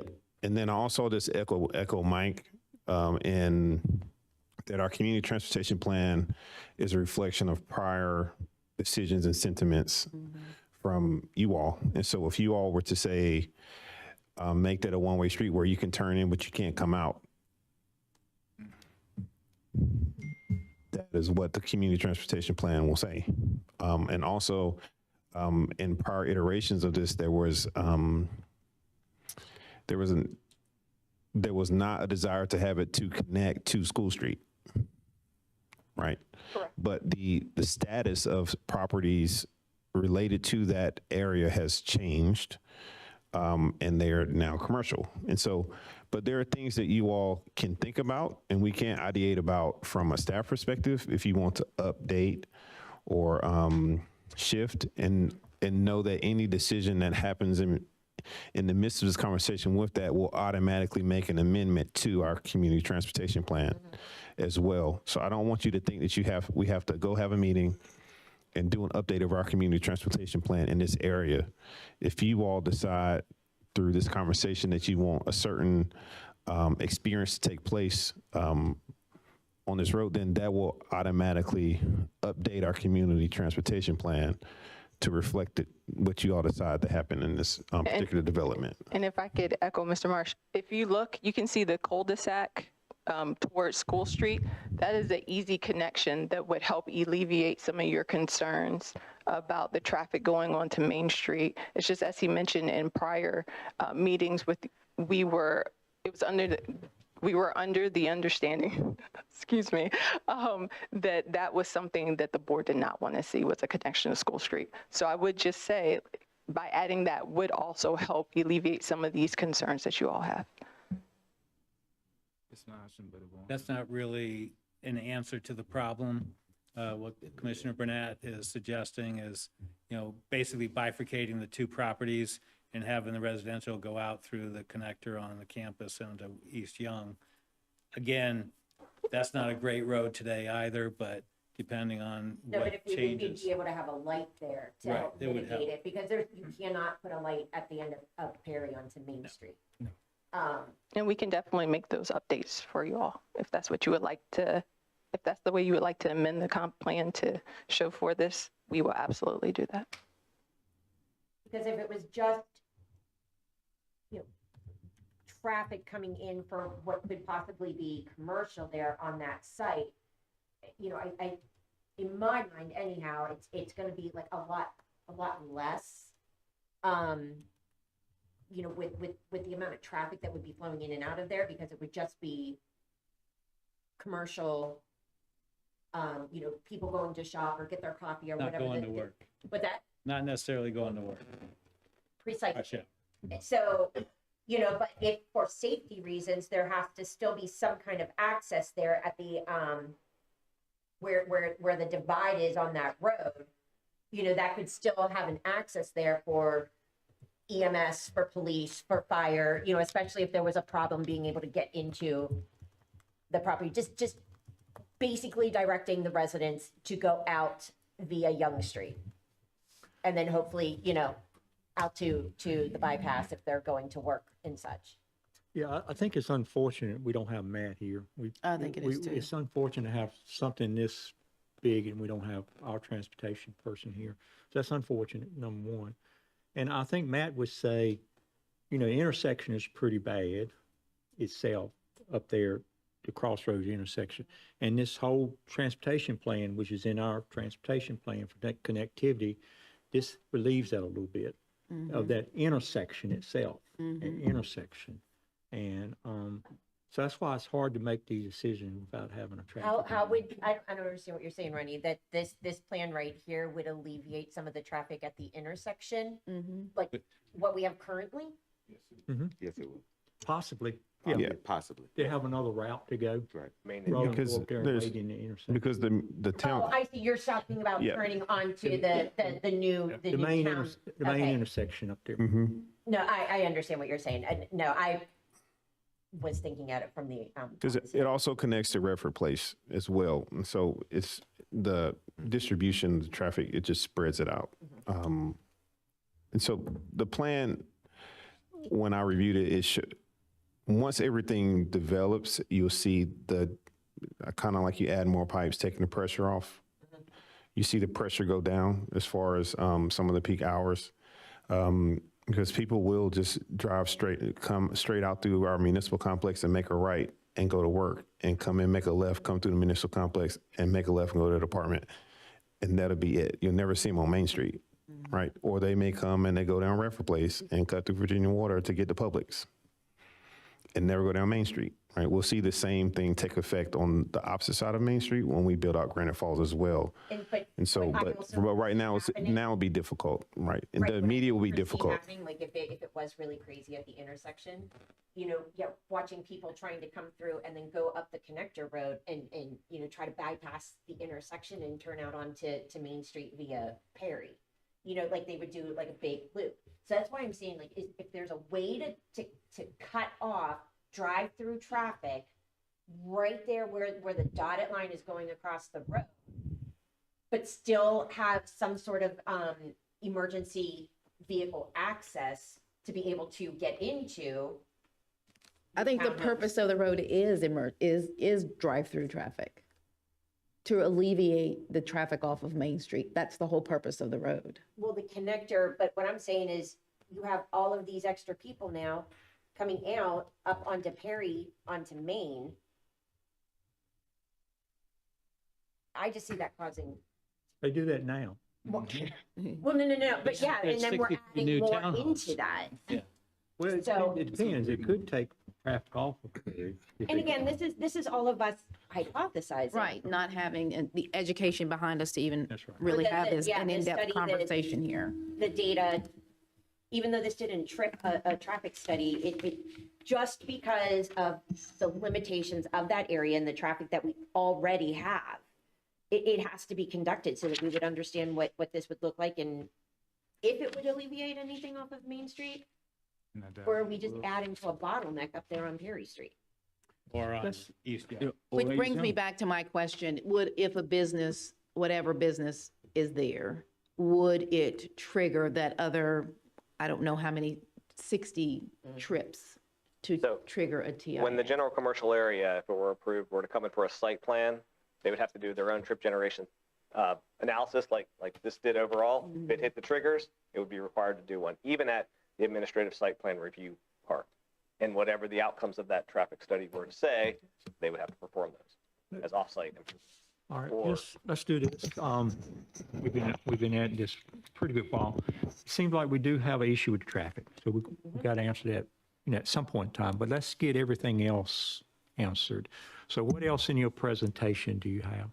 That's it. That's it? So any other questions with the board when it pertains to the complex? The anything else? permitted uses, can I just see that list of permitted uses once again, please? Because I do have a question about that. So some of the government office and parks and rec facilities, the facilities and offices. So on the not permitted list was dwellings on the second level or higher levels. That was on this. On this permitted list, do some of these allow for multi-level buildings on that parcel of land? Since it's so small and only it would be easier to go up and include more businesses. And then lodging, looks like lodging is on that list Yeah. of permitted uses. It's a special use permit, so we'd have to be before, I don't know, special use permits go here or the Board of board? Adjustment. Okay, so if we want to take off lodging, that's no problem. Say again? If we want to remove lodging as a permitted use, that's no problem with us. So my concern is second story. Does We that can limit it to one, we could probably limit it to one story. I mean, we're open to ideas. Yeah, We are just trying to follow the plans yeah, that this board put forward. Yeah. That's all we're trying to do. Does the developer plan to develop the commercial, or is that just going to be sold off and someone else build it? I think they would develop it. I think they're just, trying to get it entitled so that they can find a suitable tenant and then build the fit option. Okay, thank you. And are these townhomes for sale or for rent? I don't think that determination's been made. The plan is to have each of these townhomes be platted on their own individual lot, which makes a fee simple transfer, much easier. Yes, these would not be a condo situation or anything like that. Each townhome unit would be on its own individual lot. Yeah, but as you probably know, we've had that situation recently where 159 townhomes were approved to be sold, and the builder came back and said, oh, by the way, we're going to rent these instead. I'd have to consult with your town attorney on whether we could condition for rent It or would for have to be sale. voluntary condition, I think, but that's the town attorney's job. Again, the board has been advised in the past that you cannot render a decision on a zoning case on the basis of the form of ownership. That's not the basis. That's not like using comprehensive plan or using traffic or any of those things. Form of ownership is not a legitimate basis to make a decision.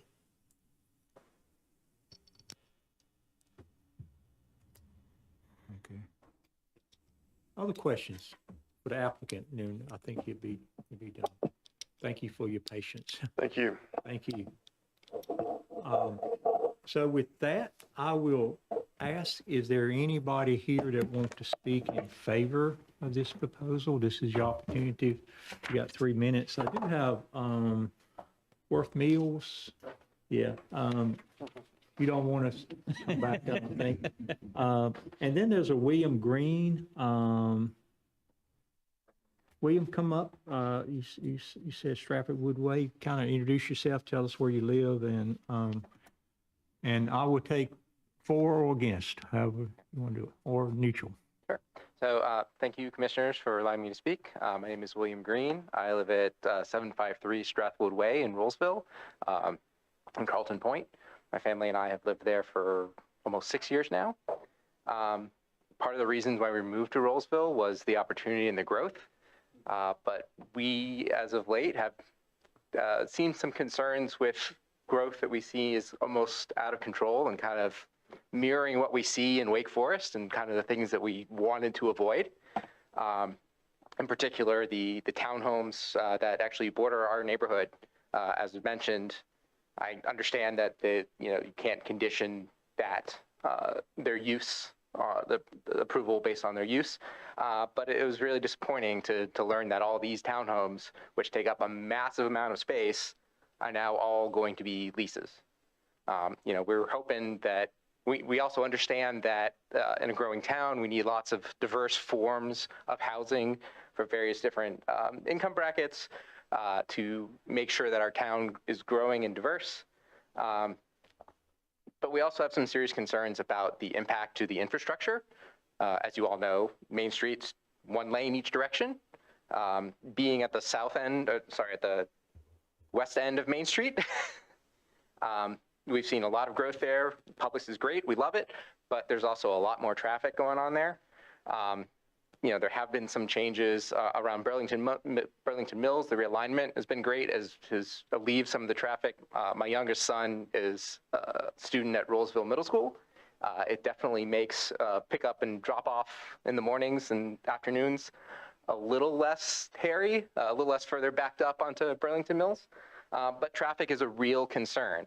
I can't speak too much to the traffic volume on the east end of town, but I do know that with Cobblestone just being opened, some of our favorite businesses now live there. We frequent Artisan Beer and Wine quite often and enjoy it. The new Mexican restaurant, Mescalito, that opened up there, fantastic. We would really hate for a project like this to, A, increase the traffic and make it harder to get in there, but also potentially shut down that road or restrict access on that road during construction while these businesses are brand new and trying to build up their clientele and trying to succeed in this town. As you all know, you need more than just residents for the tax base. You need businesses. Businesses bring in a much larger share of the tax base. And we have real concerns that increasing traffic there and potentially blocking off access to these businesses will have the opposite effect of driving some of these businesses out. But we want more businesses here. We want more sit-down restaurants. We want to keep our business here in the community. So, thank you. You go by William? I go by Will. Will. Thank you, Will. Thank you. Thank you. Thank you, sir. Okay, and no one else signed up, but I will let anybody else that want to speak for or against come up. You did sign up, but you signed up on the wrong sheet.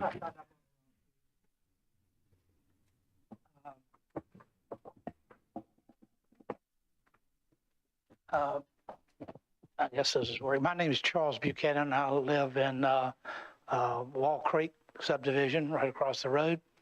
My wife and I moved to Roseville in 2004. Town had a population of roughly 1,000 when we moved here. At that time, Roseville was a quiet, close-knit community. Main Street, a simple two-lane road through the center of town, was more than adequate for the level of traffic. And you're hearing a lot of people talk about traffic concerns. You'll hear that from all the citizens. I don't have a neighbor in Wall Creek that doesn't have a concern about the traffic that we're having today. Roseville's grown to approximately 12,000 people, according to the census in 2025. That's about a 120% or 1,200% increase in population. Yet we rely on the same two roads to carry more vehicles than they were ever really designed for. While the town has invested in beautification, turn lanes, and improvements, and they all will, I know, will turn out to look very nice, there's just so much capacity that can be extracted from a two-lane corridor. Traffic congestion now has become a routine part of daily life, which you guys are seeing for yourself. Meanwhile, growth continues at an aggressive pace. Multiple single-family developments underway, such as Parker Ridge, The Point, along with higher density projects, including the Parker Ridge townhomes, the Meadows at Jones Dairy, Walbrook, Cobblestone Village, and the already approved Walbrook Flats, which is on Burlington Mills Road. Each of these projects brings additional residents, additional vehicles, additional strain on the infrastructure that's already stretched thin. Given this continued residential expansion, I wondered really if we did a comprehensive study on the traffic plans. More importantly, that we look at what the new construction, once they're approved, what the traffic will be like.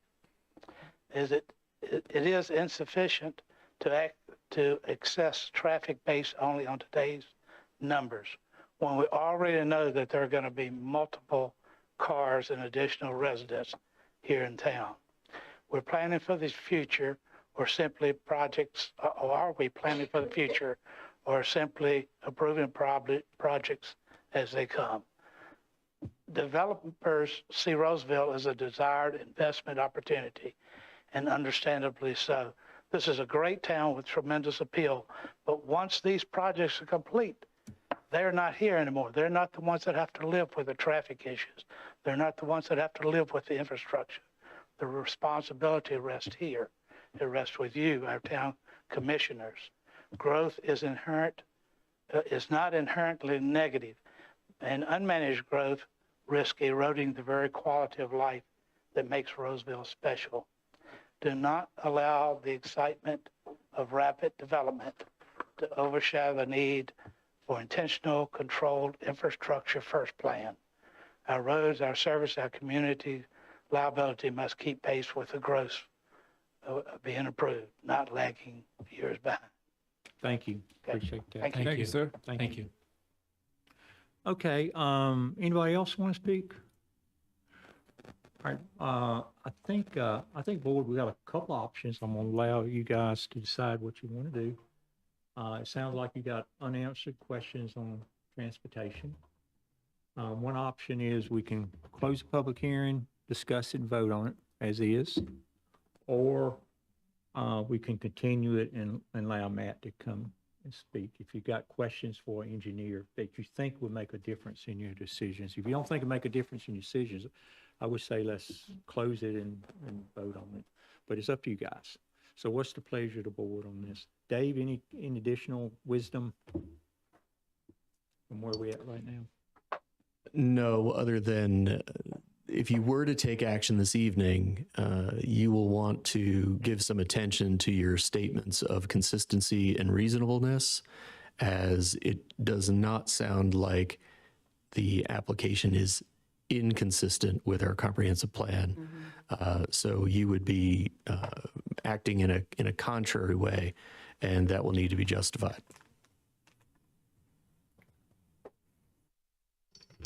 I can say that I, for one, I need to understand and explore more options with how we handle the flow of traffic.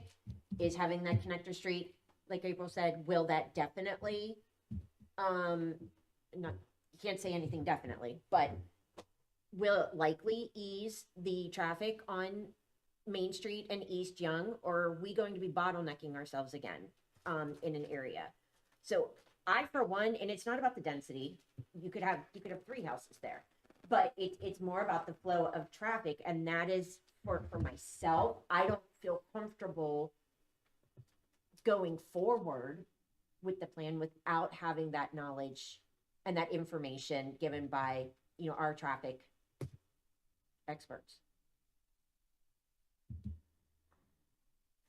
Any other discussion? I'm not sure, honestly, what more information is going to do, because even with more information, I'm still going to drive by there and experience the same thing. So I don't know if this is going to be kicking the can down the road, which in 26, I'm not taking the pass of 25 and beyond or before. So we need to address it where it is, which is honestly having an expert to come tell us that what our eyes see daily is going to change anything. That's my question. I think we need to hear from Matt, Okay. because I think it's in the town's plan for that connector road to be built. To my School Street. No. No. The Oh, it's not connector Berry road. Street. This connector Berry road. Street. So if it's in the plan for it to be built, and it's not, and if it is going to relieve some of the traffic off of Main Street, and I don't know if this is correct, but I think, I may remember, that that collector road from Parker Ridge out to Young, being discussed, it being right out, left in, or something along those lines. So I would like to know that, because then that would definitely direct what traffic went that way anyway. So I believe in the traffic, the knowledge of Matt, because I remember some of the numbers that were going to come from Parker Ridge out onto Young Street, out to the bypass, as proposed based on all of their history and knowledge and all of that. So I'm interested in knowing what he has to say, because he's the expert and we're just speculating. Okay. I agree to that. Another comment that I have that I said earlier was residential high, even though it's according to our plan, is recommended, but is it appropriate? Looking at that map, I'm looking at all those single-family homes in that area. Why can't something be built similar to how it's already in that area, to where it's kind of flow and not cause? In our comprehensive plan, am I thinking of the right plan? Which one is what's the densities on that as it is in our plans right now? Residential low. It's low. The existing zoning is residential That's what I'm looking for, low. the zoning. Okay, okay. Is what? That's basically 2 units an acre, Okay. single-family detached. But the comp plan is what? The comp plan calls it downtown residential. That's the part that I was looking for. Yep.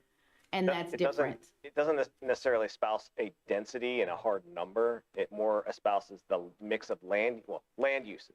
Yes. And varieties of houses, et cetera.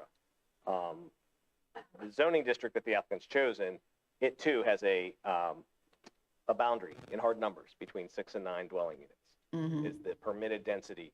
So again, you can't submit a subdivision plat with RH zoning for single-family attached units that's greater than 9, for instance. So that's a hard number. The board has the power to regulate that through a voluntary condition with the applicant. The applicant's already coming forth, basically capping at 6. What plan did you just say? He's talking about comprehensive. Comprehensive. Okay, sorry, but that was really zoning. That was kind of the existing zoning, the RL, versus the proposed zoning of RH which allows the townhouse home use, and then the applicant is self-regulating a density of 6 maximum. So the comp plan is RH. No. No. The comprehensive plan is general types of land uses, but it does say that it's, and I can move to the slide. Pardon me. And we approved that recently. Yeah. And it's zoned residential low. But the Correct. general land uses, Yeah, everything's residential low downtown. until they come back. Yeah. Everything in Yeah. town is residential. Essentially. okay. It's a kind of a That's what I God-given wanted to understand right here. zone, got his own something. So make sure I'm right, from listening to the board, I think the board is asking for more information on transportation, especially from my engineer. Am I correct with that? Anybody disagree with that? No. Am I correct with that? So I would say two things, two things, two tasks. One is to get Matt involved and let him come in. And I would suggest that he review the tape tonight and see what questions the board brought up and ideas the board brought up. And, let's get some feedback from him, from our traffic engineer, on what's best. And the second thing I would task the board is to concentrate on this plan. Transportation is one thing, but concentrate on the plan from a standpoint, what our comp plan says. You know what they're proposing. Can anything better go there? And that's a question you got to answer, is can anything better go there? That's a good question. But And, if this is a good plan, then, I think your task would be easier. But, that's a decision you got to make. you know. I do believe we're not trying to kick the can down the road just for convenience. I want to tell that to the applicant as well as to those who are involved. I personally am not looking to make this a long, drawn-out process. It's already been long and drawn out enough. But I do believe that we are going to be better armed with some ammunition around what we can do from a traffic perspective. That's first. Secondly, you know, concentrating on the plan is good, but options are always options. This is all we've seen is residential, a small piece of commercial. I don't know what commercial looks like because it hasn't been presented to me since I've been in the seat. So if we're making that decision, then that's something we need to discuss before we even, if that's what you're proposing. Because to me, we haven't seen anything commercial. I don't know anything but residential with a small piece of commercial being provided. So that's something we need to really vet out, because I do believe Square footage they use generates triggers a TIA would be done. That is one of the concerns. But again, the TIA could come back and say there are no improvements to be made. That is the From reality. their perspective, once they vote on it from the commercial piece, as long as they meet those conditions, it's out of their hands. That's right. Everything past that is administrative. Right. Yeah. That's what I was thinking. So basically, Commissioner Long, what you're voting on is really what you saw up there is permitted. On that. right. So it would be those permitted ones that we. So that's not a lot of traffic. Mixed use or. Especially when you're talking about the ones they have permitted. That's not a lot of traffic, in my opinion. But that's just my opinion.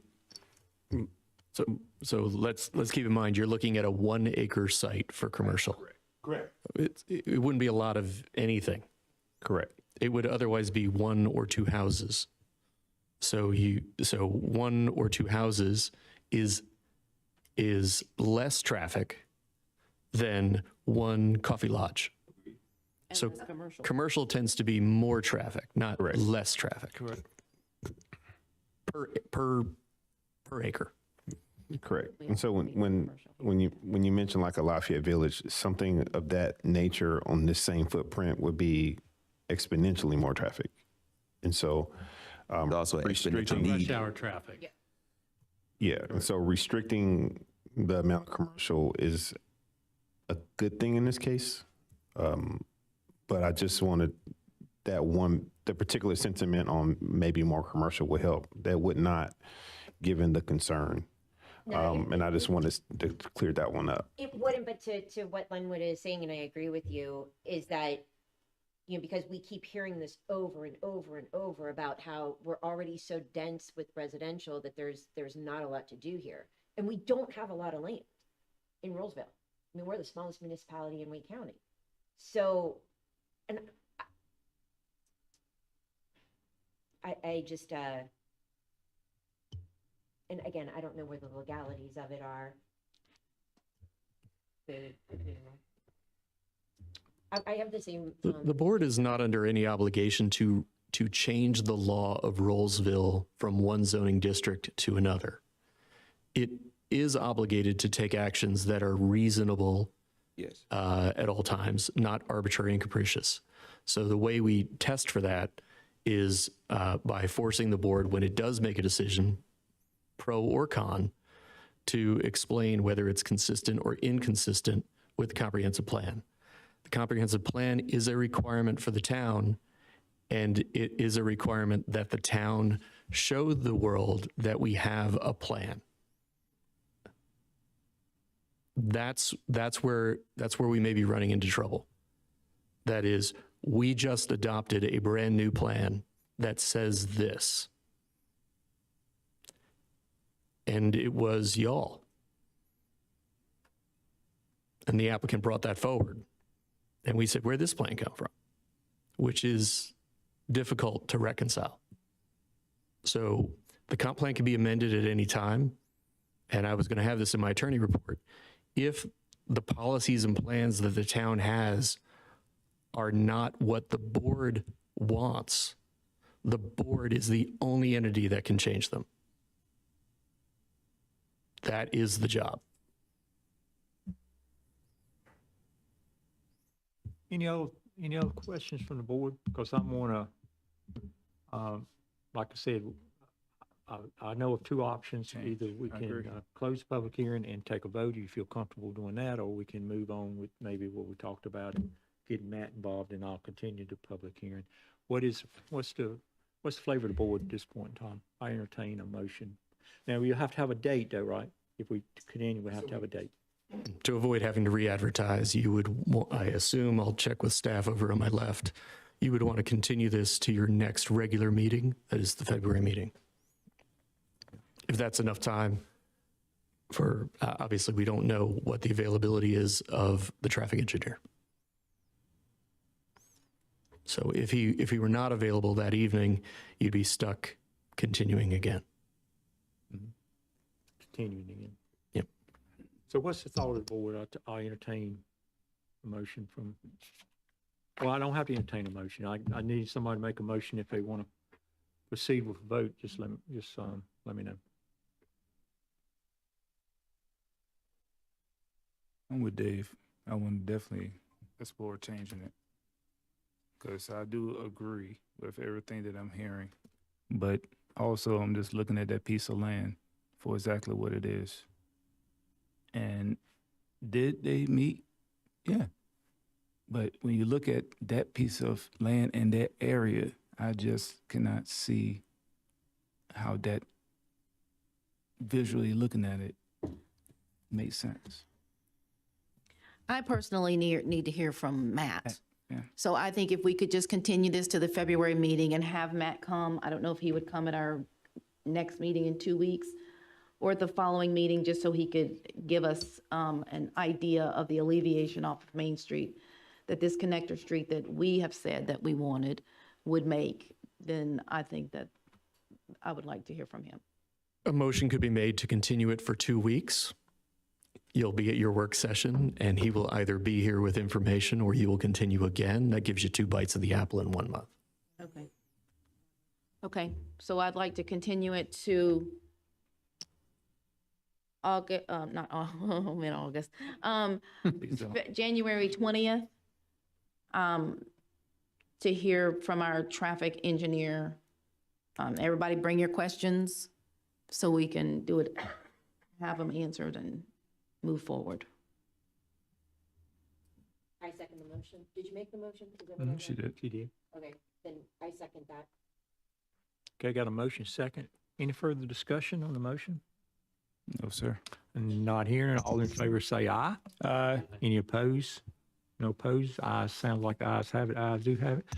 So we're going to continue this meeting or this public hearing for, what date was it, April? The 20th. January 20th. January 20th. So thank you for your participation. Appreciate that. And I would say, make sure y'all talk to Matt. Yes. Have him be ready to Yeah, and address so the questions. Matt is great with this. He'll review the video. I will say that if you have any questions that you all will have for him specifically, just email us, email me, and we'll front load him with as many questions as possible from you on the topic so that he can be thinking about and mulling over it so he can bring that information to you there. Because he'll come from a high level TIA standpoint. They do have access to the TIA that we have and everyone else in the area because this all kinds of goes into the same pot of information and data. And so it will be advantageous for you all to offer up any specific questions in addition to what you may have communicated or sentiments you may have communicated in this meeting so that he can have that stuff in mind. A lot of these things are technical in nature, and so it'll be difficult even for Matt or any transportation engineer to kind of spitball it in real time. He'll be like, I need to come back to you in 2 weeks. And so as many questions as y'all can relay over, it will be advantageous for him.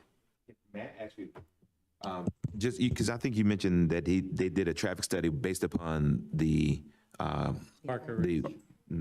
Departments. No, for the town campus. You did a traffic study for the town campus. We did one for the town campus, yes. Leveraging the connector as part of the traffic study, correct? Yes. And what did you use? The apartment that they were proposing? Everything that is anticipated to be a possibility was included in TIA, including this development. So when you say everything, does that also include commercial? Like a bigger commercial part? So this development as it has been presented, so it's always had that 1.8 acres, 2.8 acres of commercial land that has been on there for the last 3 iterations. Yeah. So we did more commercial, then that TIA would need to be done again, correct? If it was going to be a more of a Lafayette Village, as an example, we would need to redone. Just a question to understand. Well, yes, Are but you saying like if This property would itself trigger a TIA if it was re-envisioned as a more dense project. yes, if it becomes more dense, but Bottom line. yes. Bottom line. So when they had the 240 in the commercial, the last one that came to us for that land, didn't they do a TIA on that? Yes. Say it one time? Didn't they Yes. do a TIA on that last one? Yes. Yes. Yes. And, Yes. and they did a TIA on the retirement center that was done 5, 6 years, longer than that, probably a long time. Right. That's before your time, but they had a 240 unit They retirement. did, yeah, center and I've seen that proposed one. Their project at? that had a completely different entrance to the. Right, off but the First Street. density on the trips from that was dramatically, so this is dramatically less Agreed. trips It is. Right. It is. Well, I guess the than question I'm getting all to iterations. for the attorney standpoint, is it okay for the board to see those past TIAs on this site? Sure, absolutely. So I guess It's the just board would information that you have. It's probably available on our website. No. These are legislative decisions. No, I think most of them, I know that the retirement one is gone. It's too old. It's not up there anymore. Okay. Well, it would be in the town's records, I'm sure. So would the board want to see those old TIAs on the, would that help? I want to see the most recent one. I don't think the old one's going to help me.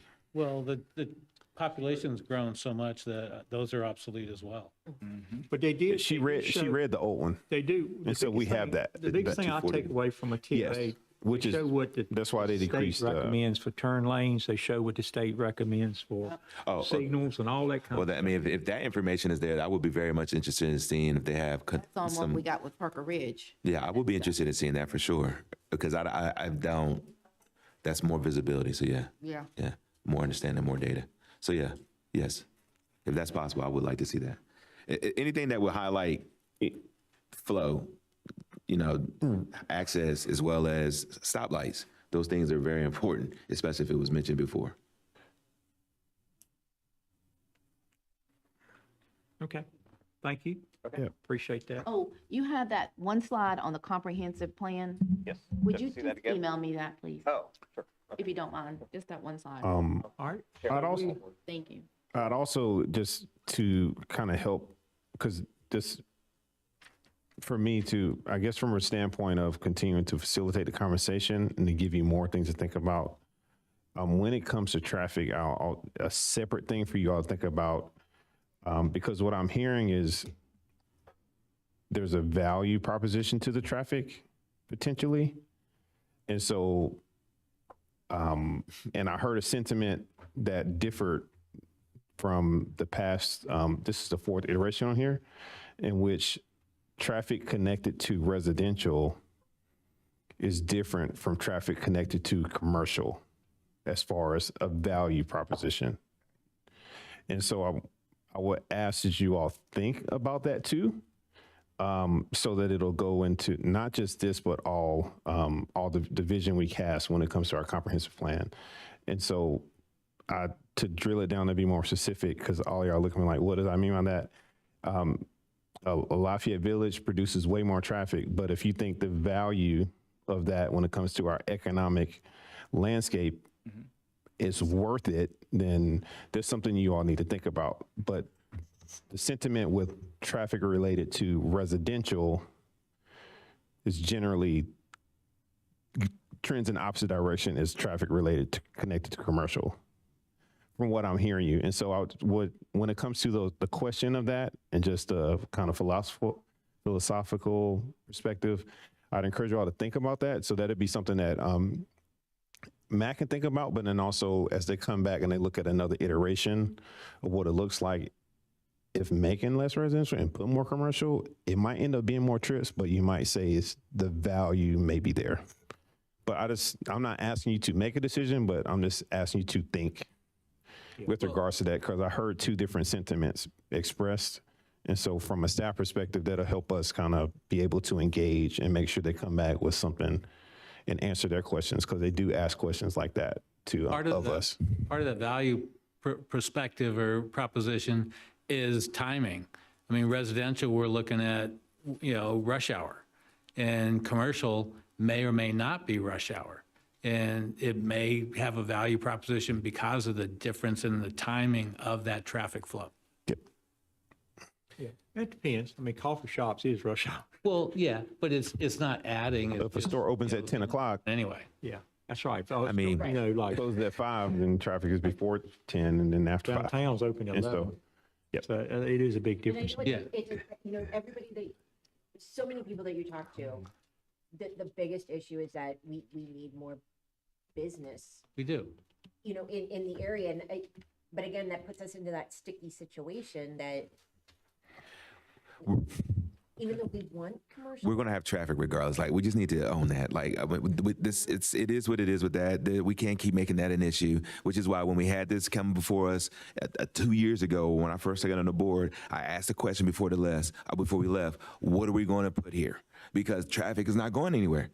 So we need to, we cannot avoid that. But what we can do is get data to understand what's the value for a business commercial traffic versus residential traffic. That's the data that I want. And I think we will gain more traction when it comes to engaging our community if we talk more about the value proposition of certain things than the existence of a problem that's connected to anything we choose, which is more cars. Yes. So that goes to Commissioner Alston's point too, that maybe we need to revisit our comp plan because it probably doesn't make sense to have high density residential on Main Street with the traffic problem. Okay, well, we're going to leave it there. We've been going 2 hours and 20 minutes. So I'm going to call for an 8-minute recess. So we'll start back at 8:25 by that clock there. So we're going to be in a short recess, so thank you. I don't want to redo this conference.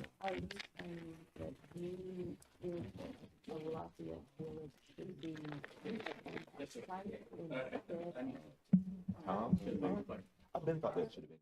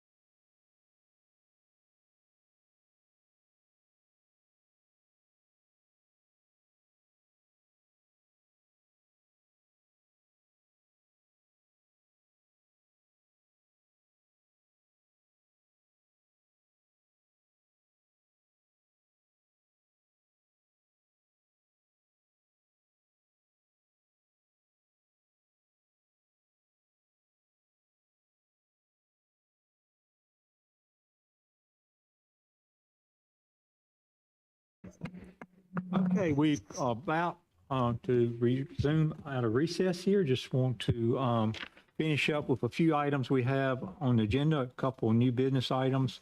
We are going to do our advisory board appointments tonight, our recommendations on that.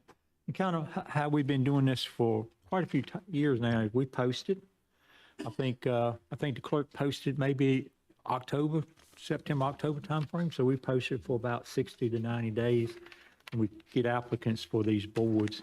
And then we have a committee that kind of review the applicants, go through them, and hopefully we can get a recommendation from the committee, from a major, I guess, a majority of the committee present a recommendation. The first one is the Board of Adjustments, the one Dan and I was working on. Dan is the chair of that. So Dan, I will allow you to do a report on that board. Thank you, Mr. Mayor. For the Board of Adjustments, we have a total of 3 applicants, as what you see inside the packet. But for Mr. Goss, he's currently on the board, and his term doesn't end till later, so he still submitted his packet. So actually, it's 2 applicants that term is up to where we decided to choose them because no one else put their packet in. So they are Miss Melissa Elliott and Mr. Board of Adjustment. Yeah, I think she's the chair Mr. now.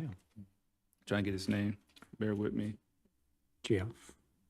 Jeff Wuchek. Jeff Wuchek. Wuchek. Thank you, Jeff Wuchek. So I would She's on there. like to make a motion to move to approve Mr. Jeff and Miss Melissa Elliott back to the Board of Adjustments.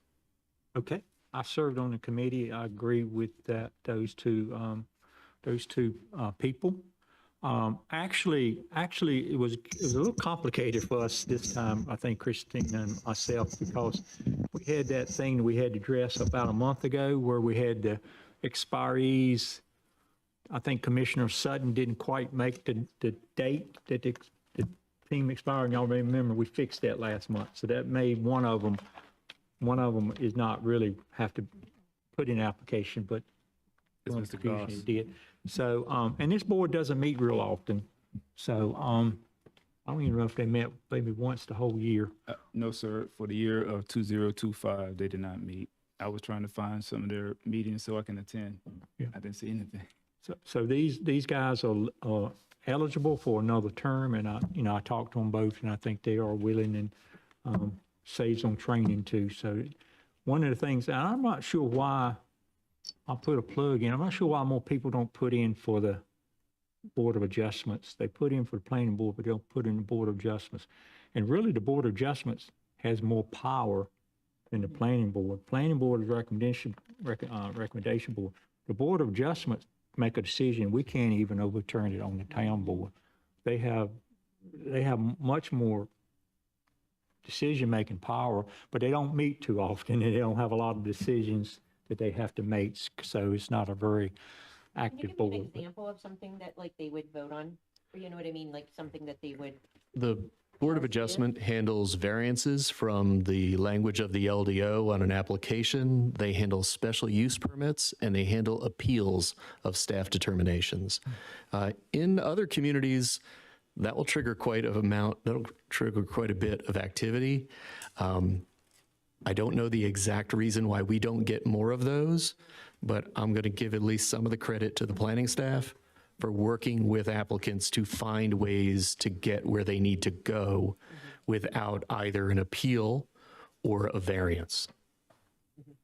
That's going to be my guess. And our special use permits, we don't have as many as other communities do have, where something is not permitted by right, but is only permitted upon a showing of evidence that it meets various requirements.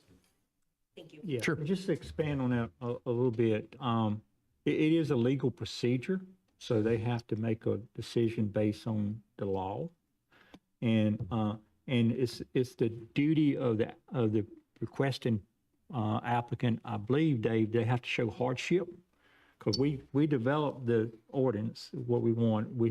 And for them to say, we can't do this, they have to have hardship or show hardship why they can't have a 15-foot thing versus a 14-foot thing.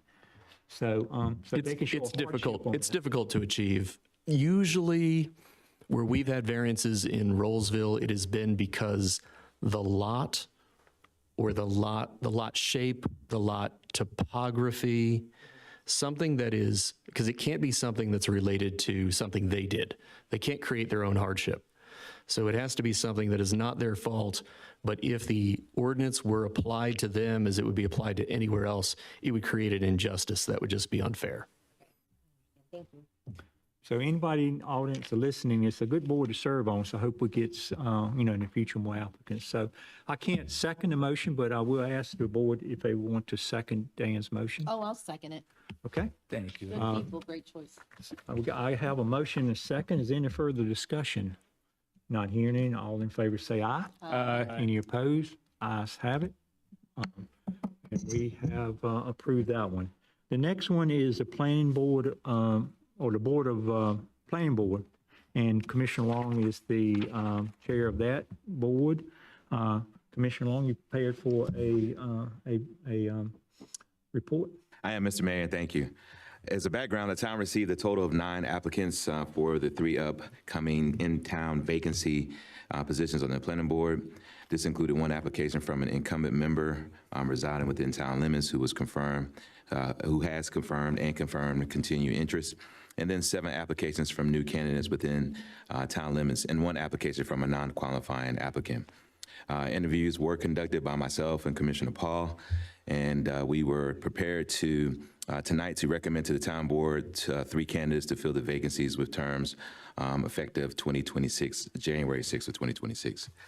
I would like to move to recommend the 3 members of Brian Kennedy, Mindy Barham, and Ms. Tisha Baker Lowe. Okay. And Ms. Tisha Baker Lowe is the incumbent that is back. And she hasn't served 2 terms, I don't think. No, So she has not. does qualify. Okay, so we do have a motion. So Commissioner Paul, I think you served on that. So any other comments from you?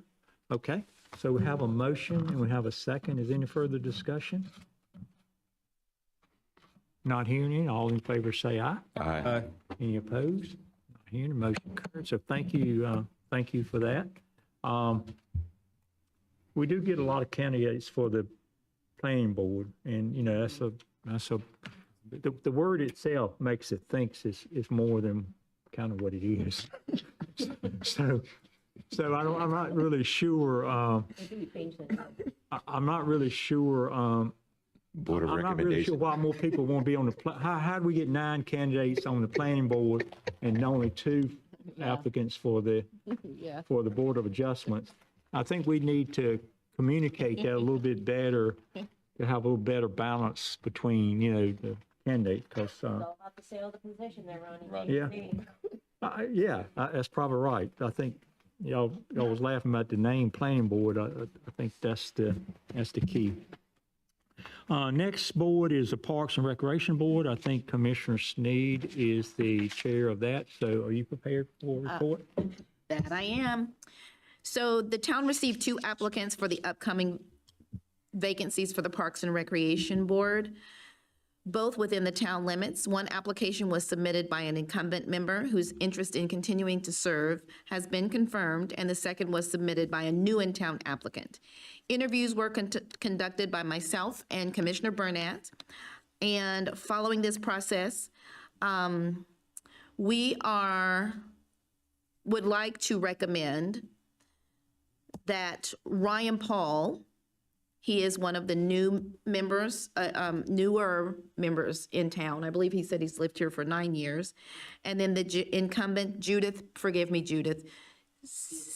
Sealy, she is a returning board member, so we would like to recommend both of those for consideration for to fill those 2 spots. Okay. So I got a motion, and you served with her, so you got any additional report out you want to give? Nope, I second the motion. Okay, so I got a motion second. Any further discussion?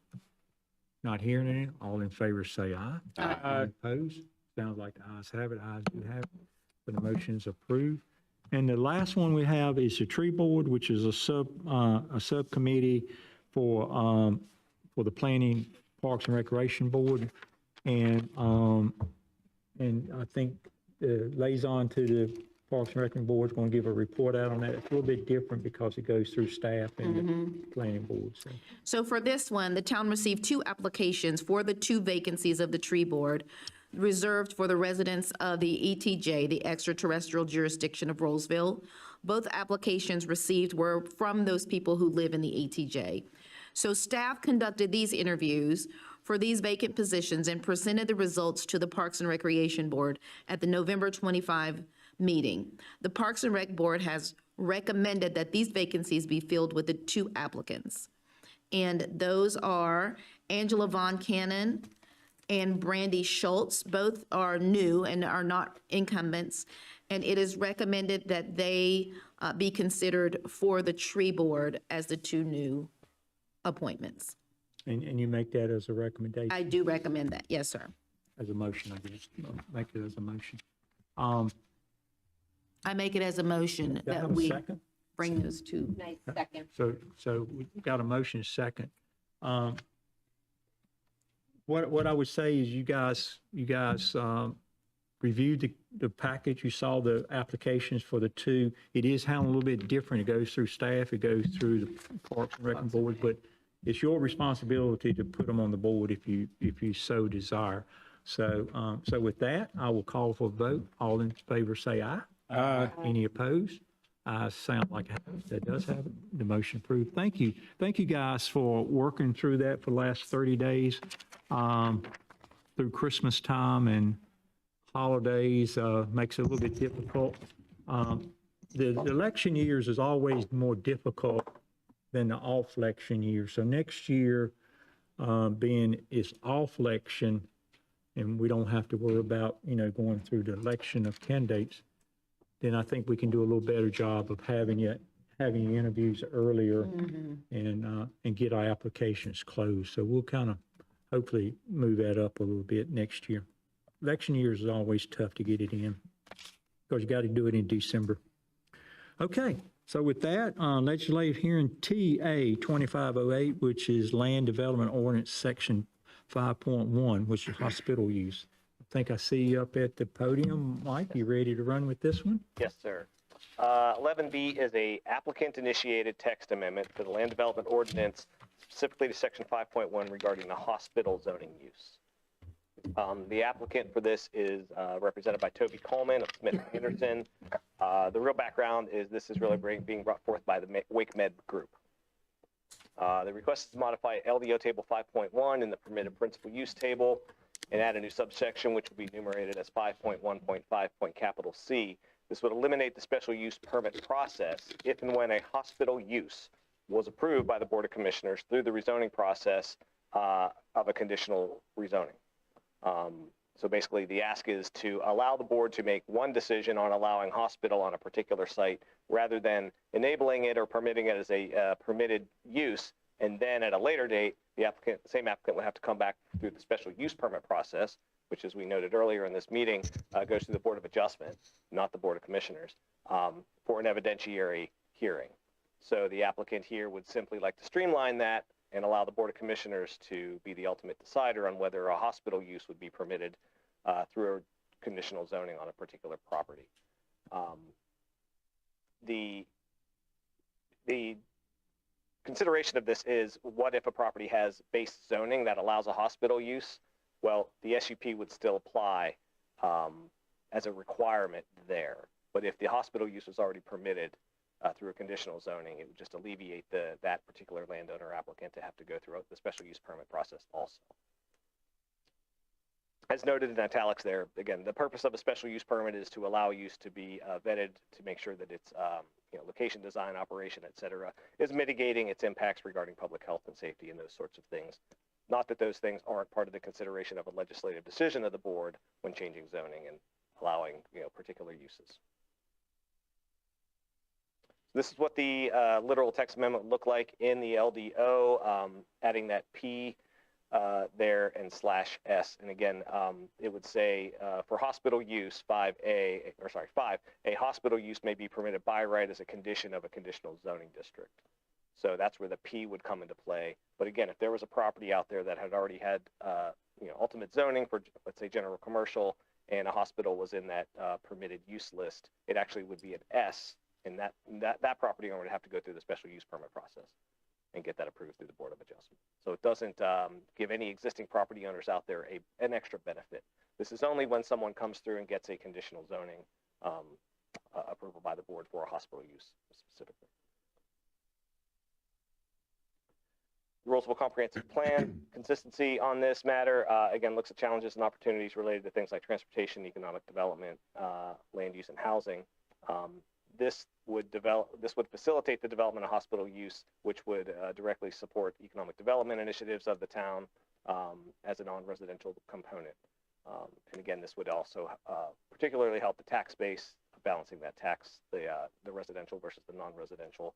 And there is something to note that some medical uses or hospital uses might be tax exempt, but they also often do spin off other land use development that would be taxable tax base. So maybe not the principal use might be a tax exempt entity, but they usually spin off other uses that would grow the tax base. Planning board recommended unanimously to support this text amendment. They'd asked how to ensure the conditional zoning process would have the same scrutiny as the evidentiary hearing or that special use permit process. The board concluded that the proposed process will give the town board of commissioners more latitude to mitigate those potential impacts. So I think, when a hospital use were to come through here, and hopefully we will see one in the next 6 months or so, aspects such as traffic impacts, building height, noise, things of that nature will be part of that legislative decision. But that is something for the board to keep in mind. If they adopt this text amendment, the hospital use will come through once for approval from this Board of Commissioners and not have a subsequent evidentiary hearing through the Board of Adjustment. On screen are the motions for you as your options this evening, and the applicant is not present this evening, but I can try to answer any questions you may have. I do have one question, because when you talk about hospital, and especially when I go to the Durham VA, is everything mixed in there to include mental health. So when I think about mental health and safety precautions behind those aspects, there's a school right across the street. So did they address of like any type of condition of not putting those type of facility in there and just stick to? So the applicant is not seeking to change the definition or description of hospital. Okay. That's where your question is getting at. I think that would be something for the board to consider, is to look at the hospital use and think if you want to define it in more specifics so that subsets of medical facilities might warrant other scrutinies, which can be baked into the LDO through standards of development, like where this 515C would live. If you said certain types of medical uses should undergo certain other land use restrictions, setback dimensions, or something of this nature, the board could consider those. Okay. So whatever the definition is today will be the definition after the vote. It's just That's correct. the process is a change, right? Exactly. It's a process. Any other questions? If not, I wanted Dave to clarify to the board the thought of the legislative decision has more control by the board than the special use permit, quasi-judicial type thing, and why is that a advantage if they do choose to change? Well, I'm not sure I'm picking up what you're putting down. So if I go off in the wrong direction, let me know. So this is an uncommon provision. It's a creative idea. My expectation is that it was developed primarily to keep the project on track with regard to timing. It is logical in the sense that the board will have an opportunity to consider all of your concerns without any restraints at the rezoning level. So in this case, the applicant is coming forward with an express plan for a hospital. That might not always be the case. You might get a rezoning case for a general commercial district, which would also allow a hospital, but they're not thinking of a hospital at the time they come to you. But it could become a hospital in the future. Where they're coming to you with a hospital from the get-go, everybody can go in eyes wide open and ask all of the questions, even questions that might be out of bounds in a quasi-judicial setting. You can ask anything in a legislative setting, right? So perhaps that's an upside to the board. The downside, of course, is that you are not putting the applicant through their paces. They don't have to provide any evidence to this board or a future board, and a future board might not be as diligent, may not know the right questions to ask. And so in a quasi-judicial setting, you're going to have an obligation to present reliable expert evidence as to the things that you're saying, rather than what you can do in a legislative setting is just wing it. There's no winging it in the QJ setting. So that's the policy decision before you all. This could also be phrased as a waiver. So in the event that the Board of Commissioners expressly approves a hospital for a site, the obligation of special use permit approval is waived. It could have been written that way instead, but that might help kind of think about how it works. And then it would be at our discretion of whether to waive it or not. It could be written that way as well. It can be waived if you wanted to do that. It could be written that way in the LDO. That's not what the applicant has brought forward here, but certainly this is all well within your discretion as to how to handle that. The only time this is going to come into play, I expect, given the way it's written or proposed to be written, is when the applicant is expressly bringing forward a hospital plan. And that's not going to happen very often. No, perhaps not. But if we think about our last application, you just had a long list of things, and the long list will have all the things that are prohibited. That would not be enough, as I read this, to grant them a waiver on the special use permit. They have to expressly have a condition to permit the hospital for the waiver to kick in terms of how staff would enforce it. So the important thing, I guess, as the planning board noted for y'all, you all now have to do the work, right? So if there are questions about impacts upon adjacent properties, there are questions about health and safety, the impacts of some uses that are made in hospitals, everything relating from public safety with relating to security and law enforcement, or whether it relates to fire, or whether it relates to the on-site storage of chemicals. We can probably think of a whole noise. All those things would have to be addressed in a QJ setting. They only get addressed in a legislative hearing if you all think of it. So that's going to be on the Board of Commissioners each time it comes up. But some of that's regulated outside of what we would do to approve or deny the zoning request. Certainly, absolutely. It would have to be a hospital, a licensed hospital. Bottom line. Any other questions for the attorney or staff? Yeah, sure. All right. Well, I've got the staff reports. I'm gonna open the hearing. Does anybody sign up for that? No? Anybody want to speak? No? So, not hearing any, I will close the public hearing, and I will turn it over to staff. Any follow-up questions for staff before I turn it over to the board? Not hearing any, so I turn it over to the board to make a decision on this matter.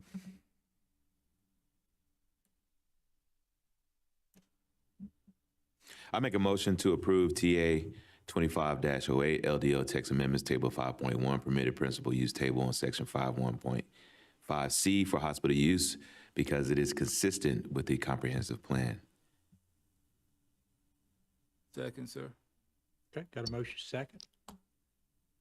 Is there any other discussion? Not hearing any. All in favor say aye. Aye. Any opposed? Ayes sound like have it. Ayes do have it. Motion's approved. So now I have a motion, Mayor. Motion to adopt statement of consistency and reasonableness as TA 25-08 is consistent with Rolesville's comprehensive plan, supporting the plan's economic development focus area, and this is therefore reasonable. Okay, so I got a motion. Is there a second? Second, sir. Got a motion second. Any further discussion? Not hearing any. All in favor say aye. Aye. Any opposed? Sounds unanimous. Motion's approved. Thank you. I think you got one other matter here, which is legislative hearing for TA 25-12, Land Development Ordinance Section 3.4.1, Use of Development Agreements. Yes, sir. Here we go. This is a town staff-initiated one to amend LDO Table 3.4.1, which is the Town Center or TC zoning district. If you recall, in October, the board adopted an amendment, TA 25-06, the second part that was brought forth by an applicant. They had two parts. One was about enclosed self-storage use, which is about most of the conversation. The other half was in the AC and the NC zoning district, the ability to use the tool of a development agreement, which is another legislative request of the Board of Commissioners, to modify the standards that are in that district table of standards, setbacks, dimensions, heights, all that, as a tool to bring the board a project through the rezoning process, but to be able to be malleable with those numbers and bring that all to the board through a development agreement parallel to a rezoning essentially, and get that project approved. So what was left out though was the same for the TC district. So staff felt that it was, for consistency's sake, completeness sake, that all three of the three mixed-use districts have the same opportunity to use this. The ball got rolling on that applicant text amendment before we kind of realized, well, we should do this for all three. And honestly, the TC district exists in the town. We have two of them now. I think we have two NC districts. There's another one coming down the pipeline. There are no AC zoning districts in town. So because the TC zoning district is used, we anticipate it being used again. We thought that making it consistent across the board to, again, give the Board of Commissioners the opportunity to entertain development agreements on the development standards within that zoning district.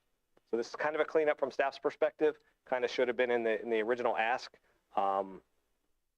From staff's perspective, the impacts are the same as what you all considered for the AC and the NC zoning districts. So from that perspective, there's nothing different about the TC district from the perspective of giving the applicants the opportunity to, again, be malleable with those development standards and bring forth a package to you all for consideration. I think that, yeah, this is what the language would look like. Again, extremely or identical to what was approved for the AC and the NC zoning districts.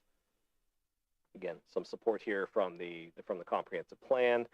This would allow more flexibility by the use of development agreements, which would support economic developments and could infuse land use and housing different type of developments that would expand land uses or housing uses. One of the things about the LDO is that it's quite rigid, and the only opportunity to be different is to do a conditional zoning, but with conditional zoning, you can only go above the bar. You can't ask to go below the bar, so there's no give and take. A development agreement, in some ways, gives the applicant the ability to lower a standard here, but justify it to you all as why it is reasonable and consistent, and honestly produce a better product in their minds. So this is honestly a move back towards what used to be called planned unit developments or PUD type zonings, but it's just a different tool or mechanism to ask the board for that. And this would, again, only apply to those three mixed-use zoning districts, which the town only has about 4 on the ground at this time.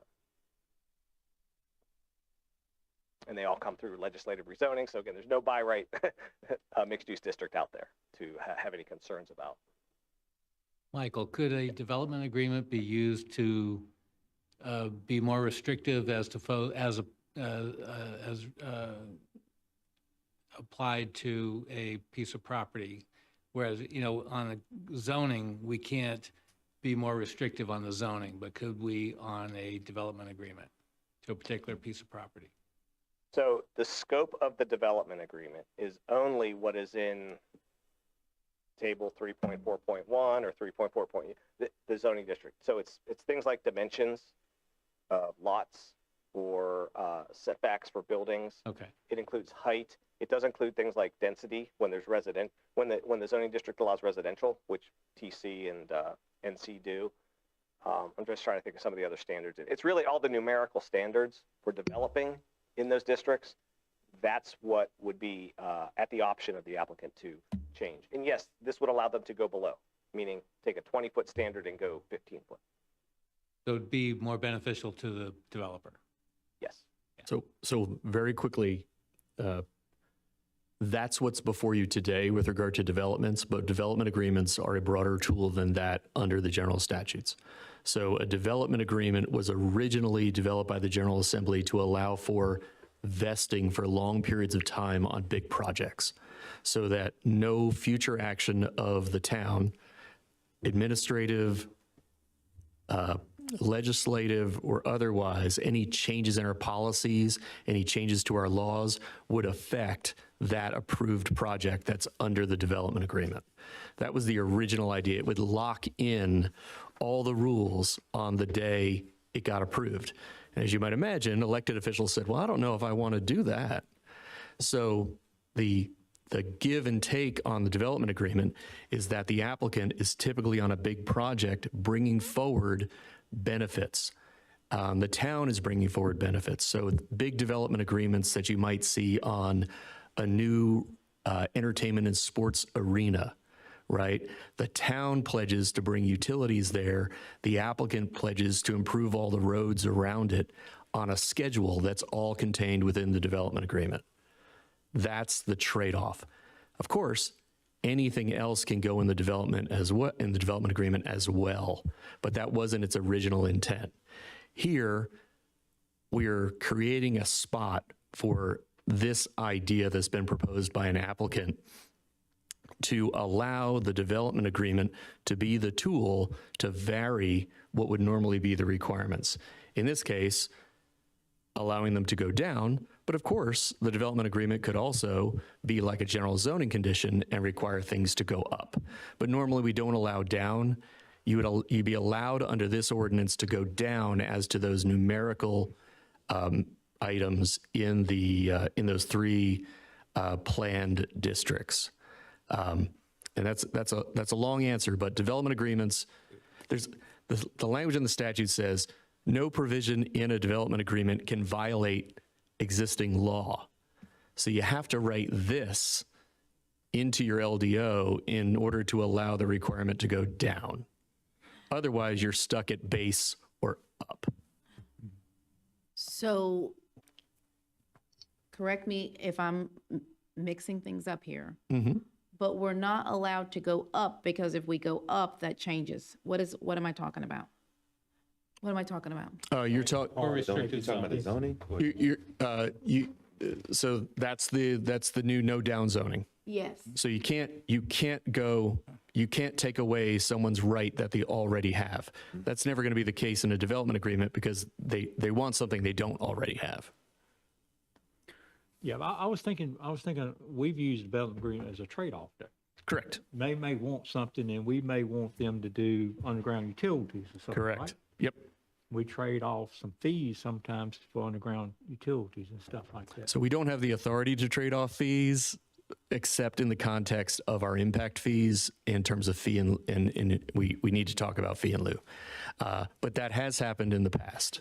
Yeah. But just because it happened in the past doesn't mean we're always going to do it in the future.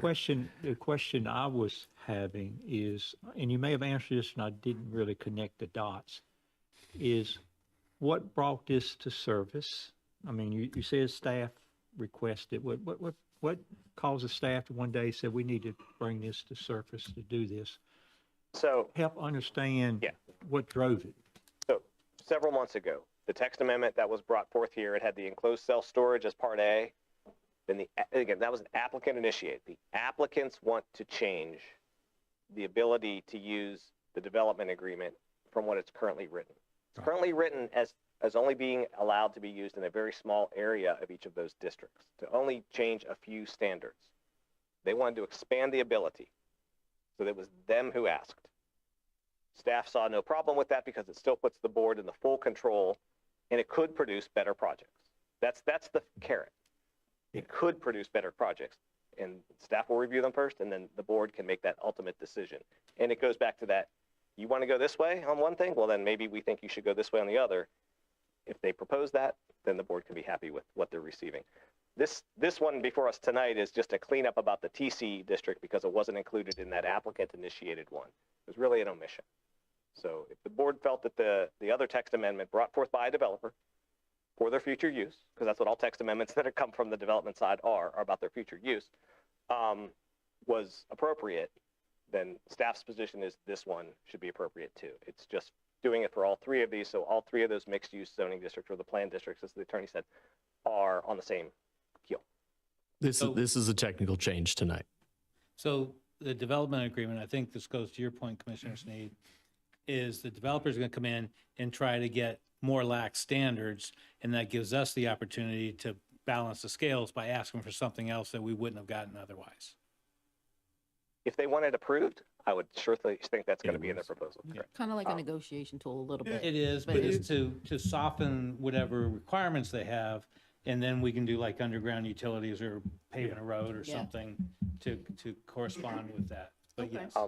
I think the numerical example, if the building setback is a minimum of 20 foot, they could request to reduce that to 15. But under conditional zoning, they could only promise to make it 25 foot as a carrot to the town. Here they get to ask for it to 15, but I would fully expect that they're going to offer something else in exchange. Got so to it. speak. Got it. So that's the up and the down to a numerical standard. Usually it's a minimum number. They want it to go lower because that's beneficial to them, but they sure should better bring something beneficial to the table. That value. So from your explanation, I think, tell me if I'm off base when I think of it this way.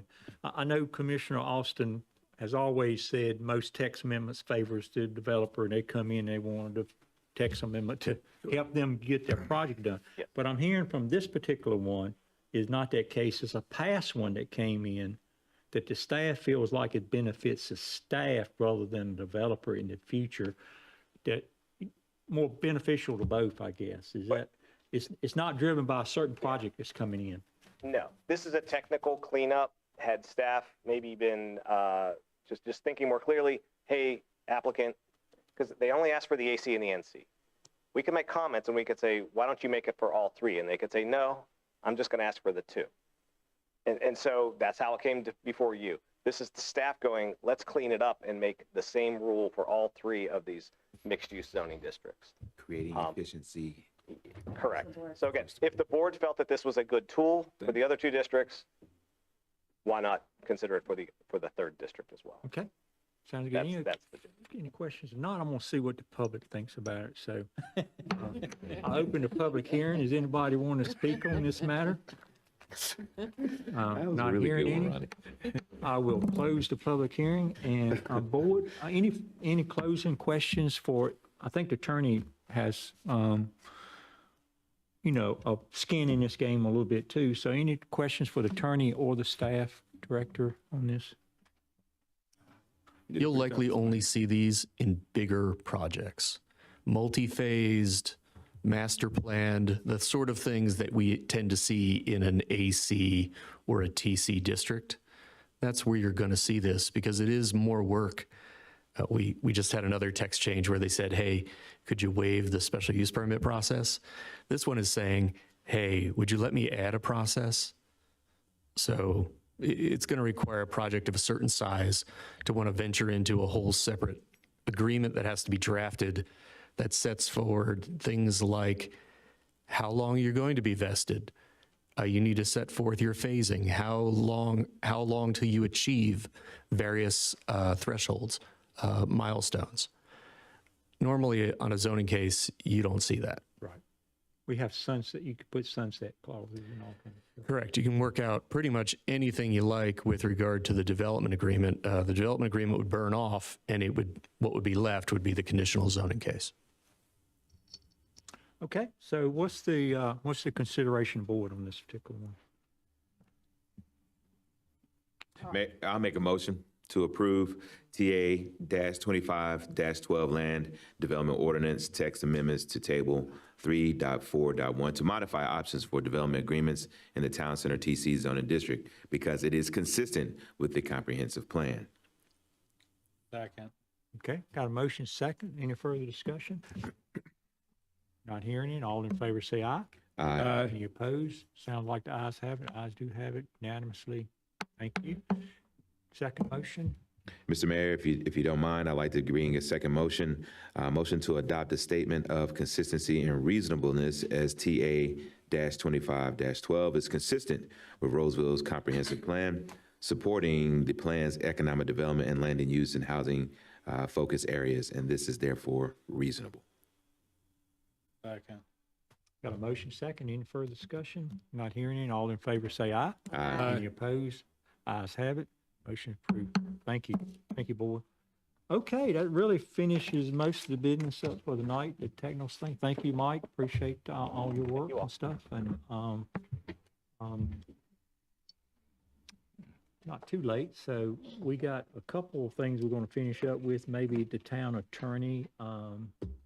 Any kind of report out you have? Thank you, Mayor Curran. Only a clarification item, as it was something raised with me during the recess.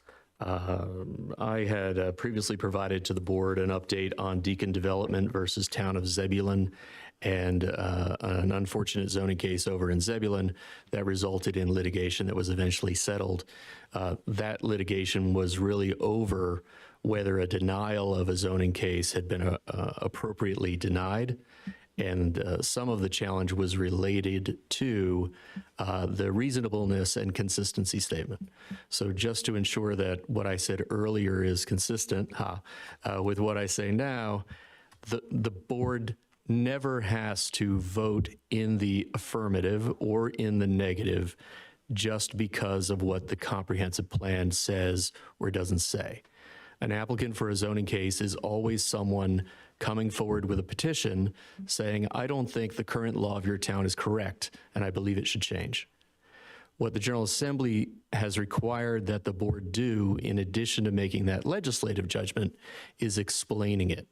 So if the board were to reject a zoning application that might appear was consistent, or staff had found that it was consistent, it is not a requirement that the board disagree with the staff. The board could find, they could vote no. The board could acknowledge that it is consistent, but I am still voting no, or we are still voting no for the following reasons, and that vote in the negative is reasonable. One thing to keep in mind on that front, our comprehensive plan is now the 2050 comprehensive plan. An application submitted in 2026 for a change in our law might not be coming forward at the right time. The comp plan doesn't always say, do this first, do this later. So there might be an order of operations. If explained by the person making the motion, I think that would have saved Zebulon. Zebulon, however, failed to make any statements at all, and there were allegations that there were other undue influences at play. None of those ever proven, and the parties did settle it amicably. Yeah, I would like to make a request, especially for Jennifer, but I think all of us need kind of a refresher on reasonableness and what's reasonable or not. Maybe in a future workshop, we always say examples. So maybe workshop, I remember back to the quasi judicial, we had the 7 facts of finding. Yeah. So they were very easy. You could walk through it. Yeah. That's right. Fit this fact. And if it fits them all, then, we need something similar, whether it's consistent or not. What could they use examples that says, no, it's not really consistent? So Is that possible? Can we do It is. Staff is trying to do that for you in their presentation. That's a new addition. Unfortunately, it's happening a couple of slides earlier. And so it's an hour later by the time you're trying to think about what the considerations were. So that is something. And the other thing that I would point out, just to make everybody sleep easier tonight, reasonableness is the lowest standard to test against. As long as you're basing your decision on something legislatively reasonable and you say what it was, you're probably okay. It's where nothing gets said, and in the absence of a statement as to why, those who are angry will fill the silence with their own conspiracy theory. Mm-hmm. You voted no because you don't like me. That's not a reasonable basis to vote yes or no. Or it's going to hurt my business. In theoretically, sure, in a hypothetical world, something like that. That is, you should not even have been. What they'll say. You should not even have been participating on the vote in all likelihood. But yeah, you should not vote no because voting yes would hurt your occupancy rate in your apartment complex. That's not working as a public servant. But I think what the attorney is saying, when you don't state your reasonability, people are going to assume that, and they're going to take you. Social media proves to us every day that every bit of silence, every lack of information is filled with a conspiracy theory. Every day. But yeah, if y'all can work that maybe in a future workshop. Sure thing. Some things to help us on that, be good. Because I think one thing that we have to be careful of, if the staff says it meets the consistency statements and stuff, and we say it don't, then we had adverse with our own staff, I can report to you that staff sometimes struggles with whether it is consistent. It's sometimes a close call. Yeah, well, I know. There's a lot of factors. I know in passing, we have where the staff would state, this is inconsistent with the consistency statement. This piece of it is inconsistent, but we can still prove it if we want to. Prove it. And in those cases, my experience with this board is that you all talk, and that goes a long way to helping. So if staff says it's generally consistent, however, this one thing is inconsistent, someone on this board will hear that and will talk about it. That can save you in court. The statute actually points out that the reasonableness can be discerned from the minutes of the meeting if it's clear that you all had been considering reasonable reasons to support your vote. So that's all very helpful. Don't gavel it open, gavel it closed, and vote. We've all seen that happen. That's a risk. Very good. Anything else? That's all I had. Okay. Town manager? Yes, I have 4 quick things to run down with you. First, the first thing is that during the Christmas holiday, once we got to for the Main Street project, we finished all of the subsurface work, utility work throughout the corridor. And so as a result, we released through DOT the encroachment agreements for fiber installers that have been waiting almost 2 years to come through. The 2 installers are Brightspeed and AT&T. When they mobilized during the holiday, it was very unexpected with how quickly they hit the ground. And so we received several questions and complaints from the community. And so we brought in both of those utility installers and their subcontractors in for meetings. And we met with AT&T, who has the biggest footprint, on yesterday. Donnie was a great asset in getting them to the table very quickly.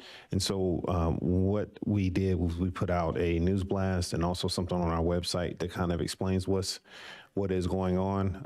The AT&T did put out door hangers but the general perception of how they look is that it is an ad for the people to buy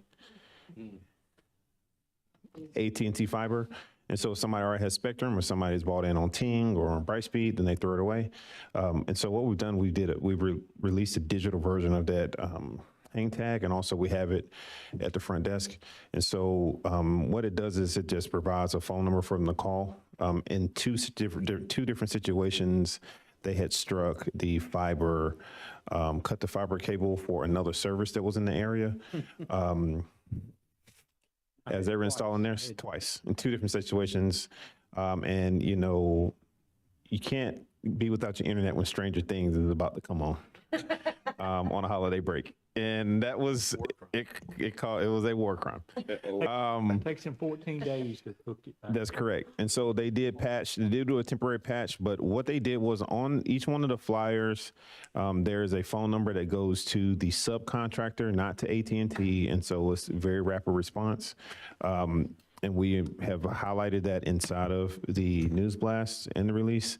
And the other caveat to know is that you should call your service provider first, not this number. You should call both, but calling your service provider, they will come out and patch it faster because you cannot fix somebody else's fiber, right? Yeah.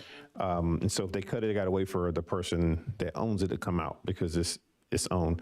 And so essentially we put out on our Facebook, on Instagram, our website, and through our news blast, a set apart news blast to kind of inform everybody of it.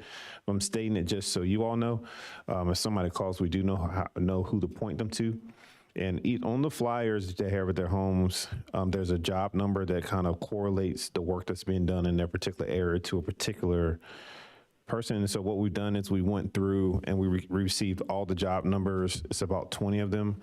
And based on whether or not somebody lives on Mitchell Mill Road, Rolesville Road, Jones Dairy, Pulleytown, Main Street, what have you, then when you call that number, you give that respective code number that was on the flyer that some people threw away, some people have. And so we've been working with the community to do that. And just want to let everybody know that we're working on that, and we hopped on that during the break. And so we did convene, we had a meeting. We will be following up with the meeting with Brightspeed to talk to them about the same thing. We don't know what extent they've gone to do the same kind of proactive communication, but we'll have more information about that, but we're working on that. I probably received about 25 phone calls about that over the Christmas break. And so that is, I want to let you know about that. That's the external update. The internal updates, the first is just staffing wise. We had 3 vacancies on our department head level vacancies, and more importantly, members of our executive leadership team. And those positions are filled as of Friday of last week. And so on next Monday, our fire chief will be starting, Jason Deich. And he comes to us from the amazing town of Garner, where he's assistant fire chief, and has a robust knowledge over fire services and operations when it comes to what we classify as, which is a small municipality. And then our planning director, Stephen Weissman, he currently, I think he's coming into his 8th year. We're serving as a planning director for the town of Smithfield, and he brings extensive experience with planning, design, and growth management when it comes to LDO and engagement with the community. As you know, Smithfield is a growing town that has a population of, I think, about 10,000, 12,000 people, but their daytime population skyrockets to about 50,000 people because of how many people they employ off the 95 corridor. And so it's a very interesting situation, but he knows all about traffic. And so that was a joke we were able to have with him. But we're looking forward to that. Those 2 positions, they start on Monday, January 12th. And lastly, the Human Resources Director position, Ms. Chandra Wright is the candidate who will be stepping in. She currently serves as the Benefits and Compensation Manager with the town of Wake Forest. And so we'll be gleaning talent from Wake Forest. She has a lot of experience here. She lives locally, and also, which is a benefit to us. We've done a lot of work with our interim HR director to level set and bring our personnel and administrative policy forward, and also look at the way that we do our hiring and vetting of candidates. This candidate came out of nowhere, and she's worked a long, long time with her because our interim HR director retired from the town of Wake Forest, and she worked with her. And so the thing that we have experienced as being a certain perspective and a way of doing work is something that we will find some continuity in with that. So that will definitely benefit us as we look to be on top of our personnel management as we kind of move forward. The other thing, and it's IT related, and so I think Commissioner Long will love it, is that on Monday of this week, we kicked off the National Guard cybersecurity assessment.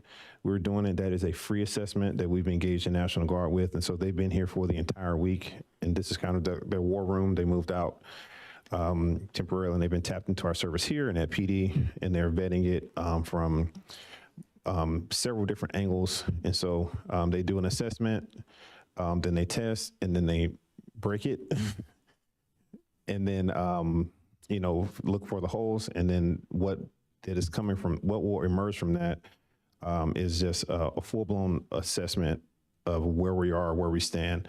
This is very important and opportune because we get this free assessment from the National Guard, and we're going to dovetail that with the grant we received and from the state and local cybersecurity grant program last year, was a grant award of $35,000 that will be matching with $15,000 in our operational budget to put $50,000 towards the advancement of our cyber incident response plan and building up our cybersecurity capacity, our security capacity. And so that money is in this budget, this fiscal year's budget. And so what you will see is, as a result of what we find, IT-wise, it'll be reflected in next year's budget when it comes to recommendations for scaling up our cyber-wise. So we're really looking forward to that. We want to make sure that we're mitigating risk when it comes to town data and public safety. We want to make sure that we're improving our operational resilience. And those times I've personally been part of, when I was working with Durham County, we were hijacked, and we went down for about 18 months. It took 18 months to recover. And when you're walking emails and you can't get access at a county, when you have Health and Human Services and Social Security, it's really tough. And so, yeah, and as we continue to grow, we become more likely candidates. And then, so that is it. The good thing about that team is that some of them live locally. There is a member of that National Guard team that actually lives about 7 minutes from here, in our ETJ, and he's also really excited to know us honestly and be an asset for us, and so that's great. And the last update is more of a personal update. I received an award from Gov Business Review, and I made the list of the national list of top 10 town managers. And this is a very great surprise to be nominated by my colleagues in this. And the honor is awarded for exemplary leaders that excel in the areas of local governance, community development, and efficient municipal management, highlights things around transparency, innovation, and sustainable initiatives. And so it's always an honor as I kind of go out and engage and partner with my colleagues to kind of move things forward and continue to position us to be in a place of readiness on all these different ways. Because I've been drinking from a hose for the last 2 years. But to be finding my ground and to be recognized in that way is a very big deal. I let the team know that it's a byproduct of being able to lead such a great team and our ability to collaborate. And so if it wasn't for collaborating with you all and you all continuing as a board to get clearer and clearer about the vision you want, because the clearer it is, the easier it is for us to run with. And so, and that is what we've I've seen happen over the last 2 years. And so it's not just my recognition, it's a recognition of you all. It's a recognition of the executive leadership team that we have and everybody that's here every day serving our community. And so I'm super, it was at the end of a tough year personally, and to kind of move into the holiday break, it was a pleasant surprise to be sitting at home and get a phone call. So, but thank you all for all that you all do for us and all the resources you provide us and the support, and for you all being ever engaged. And so those are the major updates. I'll be sending out more additional ones because we've been away. Everybody's been away for about 2 weeks. And so you'll start seeing those things sprinkle through. One thing I'm trying to do now, I'll start breaking updates away and start sending them as I have them instead of trying to wait to give them out. And so I dropped those two to you today. The signature line will have update in brackets. And so anytime you want to see updates, you put open bracket, update, close bracket, it'll kind of do that. So I'll be more consistent in the signature line so they'll be easier to search. But yes, those are the updates. We're excited about moving to this calendar year, knowing that we're in the middle of the fiscal year and we start budget kickoff in 2 weeks. And so those of you on the budget committee, didn't mean to bring that up to pop your bubble, but it's time to we're about to be blowing up your phones. And so thanks so much. But that concludes my updates. Yeah, well, congratulations on that. Congratulations. Great to hear. A couple follow-up things to your report. You did mention about the cables being cut and stuff, but there is, and I know I've had several phone calls and emails, and I know some of the commissioners has to do with repairing the digging of their yard. Yes. So, I'm not sure. So I think they're responsible to fully restore everything, right? Even the type of grass you have in here, because I'm almost concerned that they not putting the grass back. Yeah, when we talk to them about restoration, they say it happens between 1 and 2 days following the disturbance. But they specifically said the holidays delayed that in a few areas, but they have several crews that are fully mobilized to do that. We have met it. He's reached out to, he's provided the HOA information for them to streamline their communication and talk directly with the HOAs to give them updates on that. But they said that they will return that. They do have a specialist on their team that is well-versed in Zoysia and all the different things when it comes to grass. And so they did apologize for that and said it was interrupted and that they did have to pull away on some of the kind of like blackout days when it came to the holiday. So they were very apologetic, but they did say that they would be returning those things to their normal place, and that part of the flyers and the communication, we know that based off some of the people that called, that some of the pain points were junction boxes in places where they had a lot of things kind of converging when they're turning a corner, a lot of corner lots. And so they're going to be more intentional on that. And I encourage them to knock on people's doors as well and not just put a hang tag on there and walk away. But they said that restoration was something that they will come in 1 to 2 days after they complete it. And so you are correct. And so those were the two things that were the kind of like the two major topics: communication and restoration were the two focuses of the meeting we had with them on yesterday. And so we'll have that same conversation with Brightspeed when we secure that meeting time with them. But as far as AT&T, we do have a direct line of communication with them, with their people in the field. And so we should be able to move with very quick response time with them. Yeah, I think what I have seen, and I think some of the complaints is they will, in 2 or 3 days, they'll put down not pine straw, but wheat straw, and I guess some kind of seeding. But I think the homeowners, that looks temporary almost. It's like we keeping it from eroding. It's not like. Yeah, they do it to keep it from eroding. The places that have, what's it called? You buy the grass rolled up. Fescue or the places that have sod, they'll pick up the sod in a clean manner and put it back. In places that don't appear to have sod, then they seed and mulch, straw and seed. And so I can get back to them on that one as to how they do it, and if they can just kind of align their approach to both. But that's what they did say, that the sod is treated differently in some of the areas if it's clearly like a sod, which is the shorter, more low-lying grass. So did I hear you say if you're not satisfied with their Call them. call, Yep. The call number that's on that. You call the number on there on the flyer. if they don't have the flyer? I never did get a flyer. It's on. So the number that's on the flyer is on our website and on our social media, and we hope to have a similar phone number or a direct line of communication with Brightspeed in the coming days. Gotcha.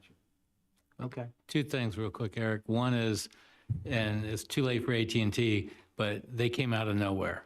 Wake up one morning and they're digging up our front yard. And, they should have gone out and notified people. Hopefully We told them that, Brightspeed will do that. Second thing is, I've had a couple people complain that they're damaging underground structures like stormwater, residential stormwater drains and things like that. And they're not fixing them. They're saying, we don't have to. And that's causing, consternation for some of our residents. I'll follow up with them about that. Thank you. I think the only notification we got is you saw the little flags. I don't know if they put flags in your neighborhood, but I little had people blue, digging green in my flags yard. out I there. got nothing. No, they literally just came out of nowhere. That's Yeah, they did. They just popped up. They just popped up. Yeah. Google Fiber would. Well, the fire will probably They're on the way do that. too. do fire. They were good. Okay. So a couple things more. Jeannie's, when does HR director start? Did you say? She starts on Monday. So would Jeannie be here a while? Jenny will be here. So there are we've identified 6 different things that kind of fall into the area of a special projects.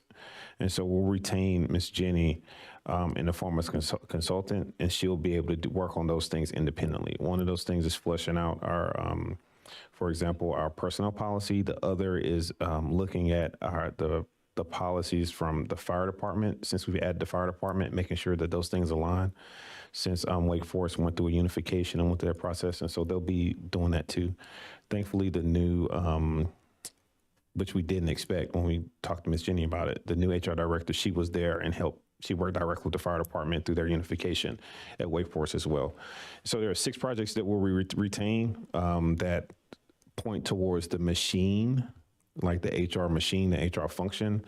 And then also 2 of those things are more like procedural things that we need to fix in our onboarding and our vetting process that will take us to like the next level to make sure that we're being more equitable in how we handle that. But we'll be retaining her for that.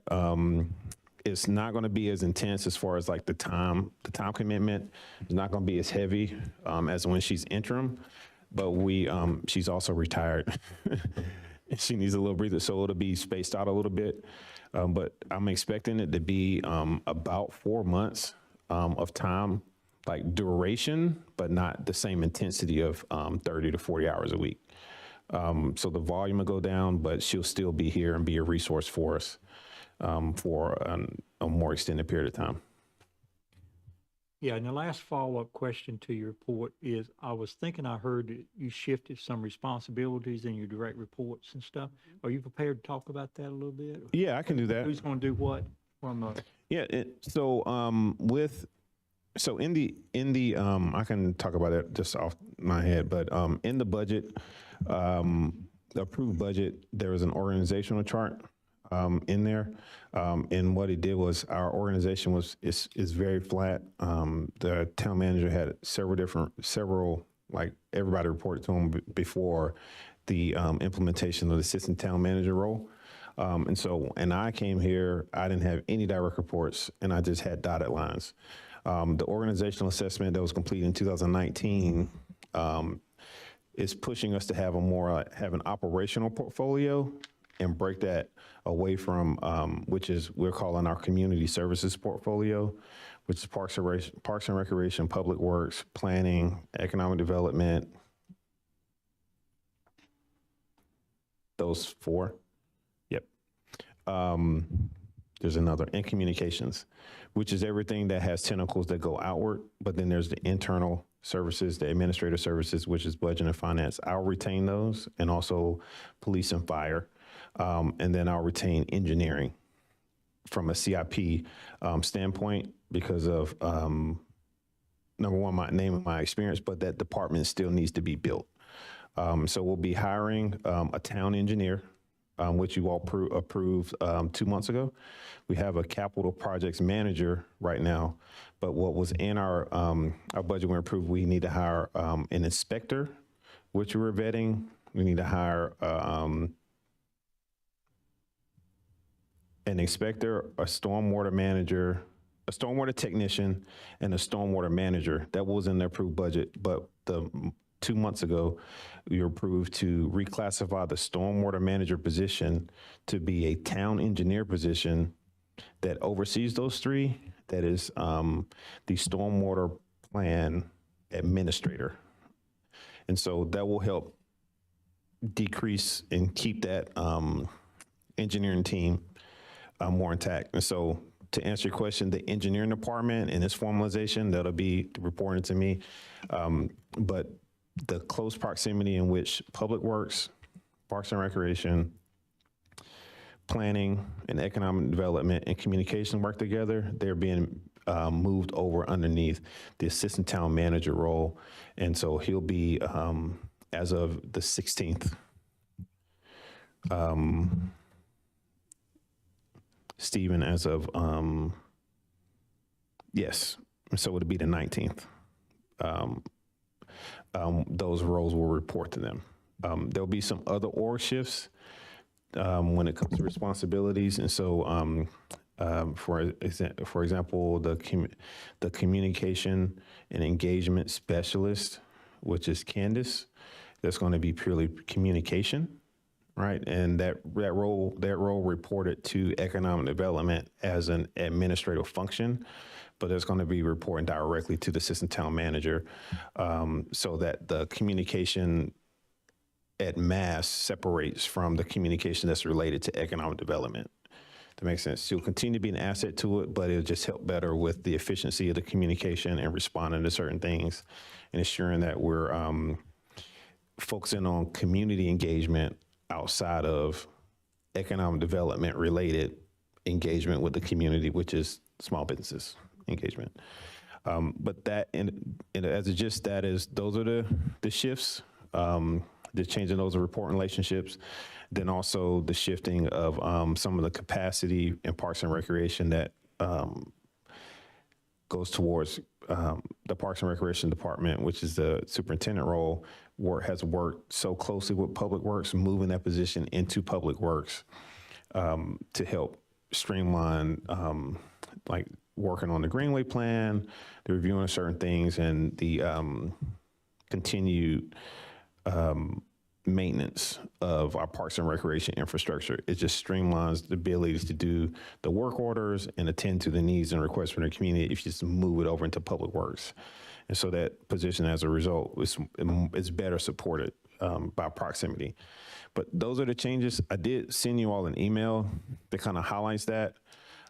In general, the goal is to look at how I've been doing over the last 2 years, looking at how each role works within the organism and putting those people closer to the people that they work with on a day-to-day. And so if you work in Parks and Recreation, but you're talking to Isaac all the time and Eric Brantley all the time and Gilberto all the time, making it more functional and moving them close together will definitely help out since they communicate with that. So that's just an example, but solidifying those portfolios from the public safety portfolio, the administrative services portfolio, and the community services portfolio, which is our operational portfolio. I think naming it and having it be in community services feels a lot better.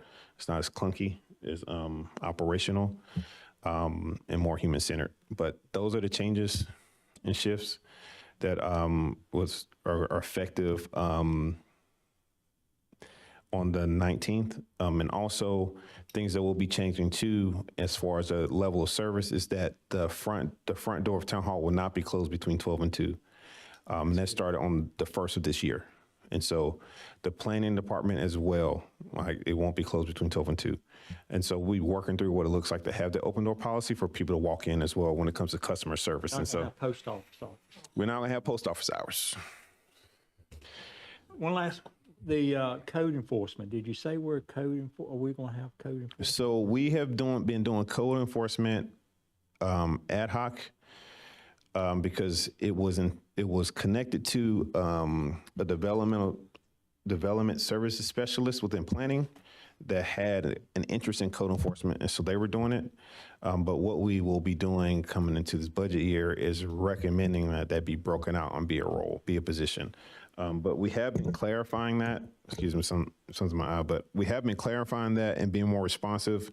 And so code enforcement has been being handled on like a 3-legged stool between Michael McFarland, PD, thank you all, and Isaac. And so it's more of an operational function.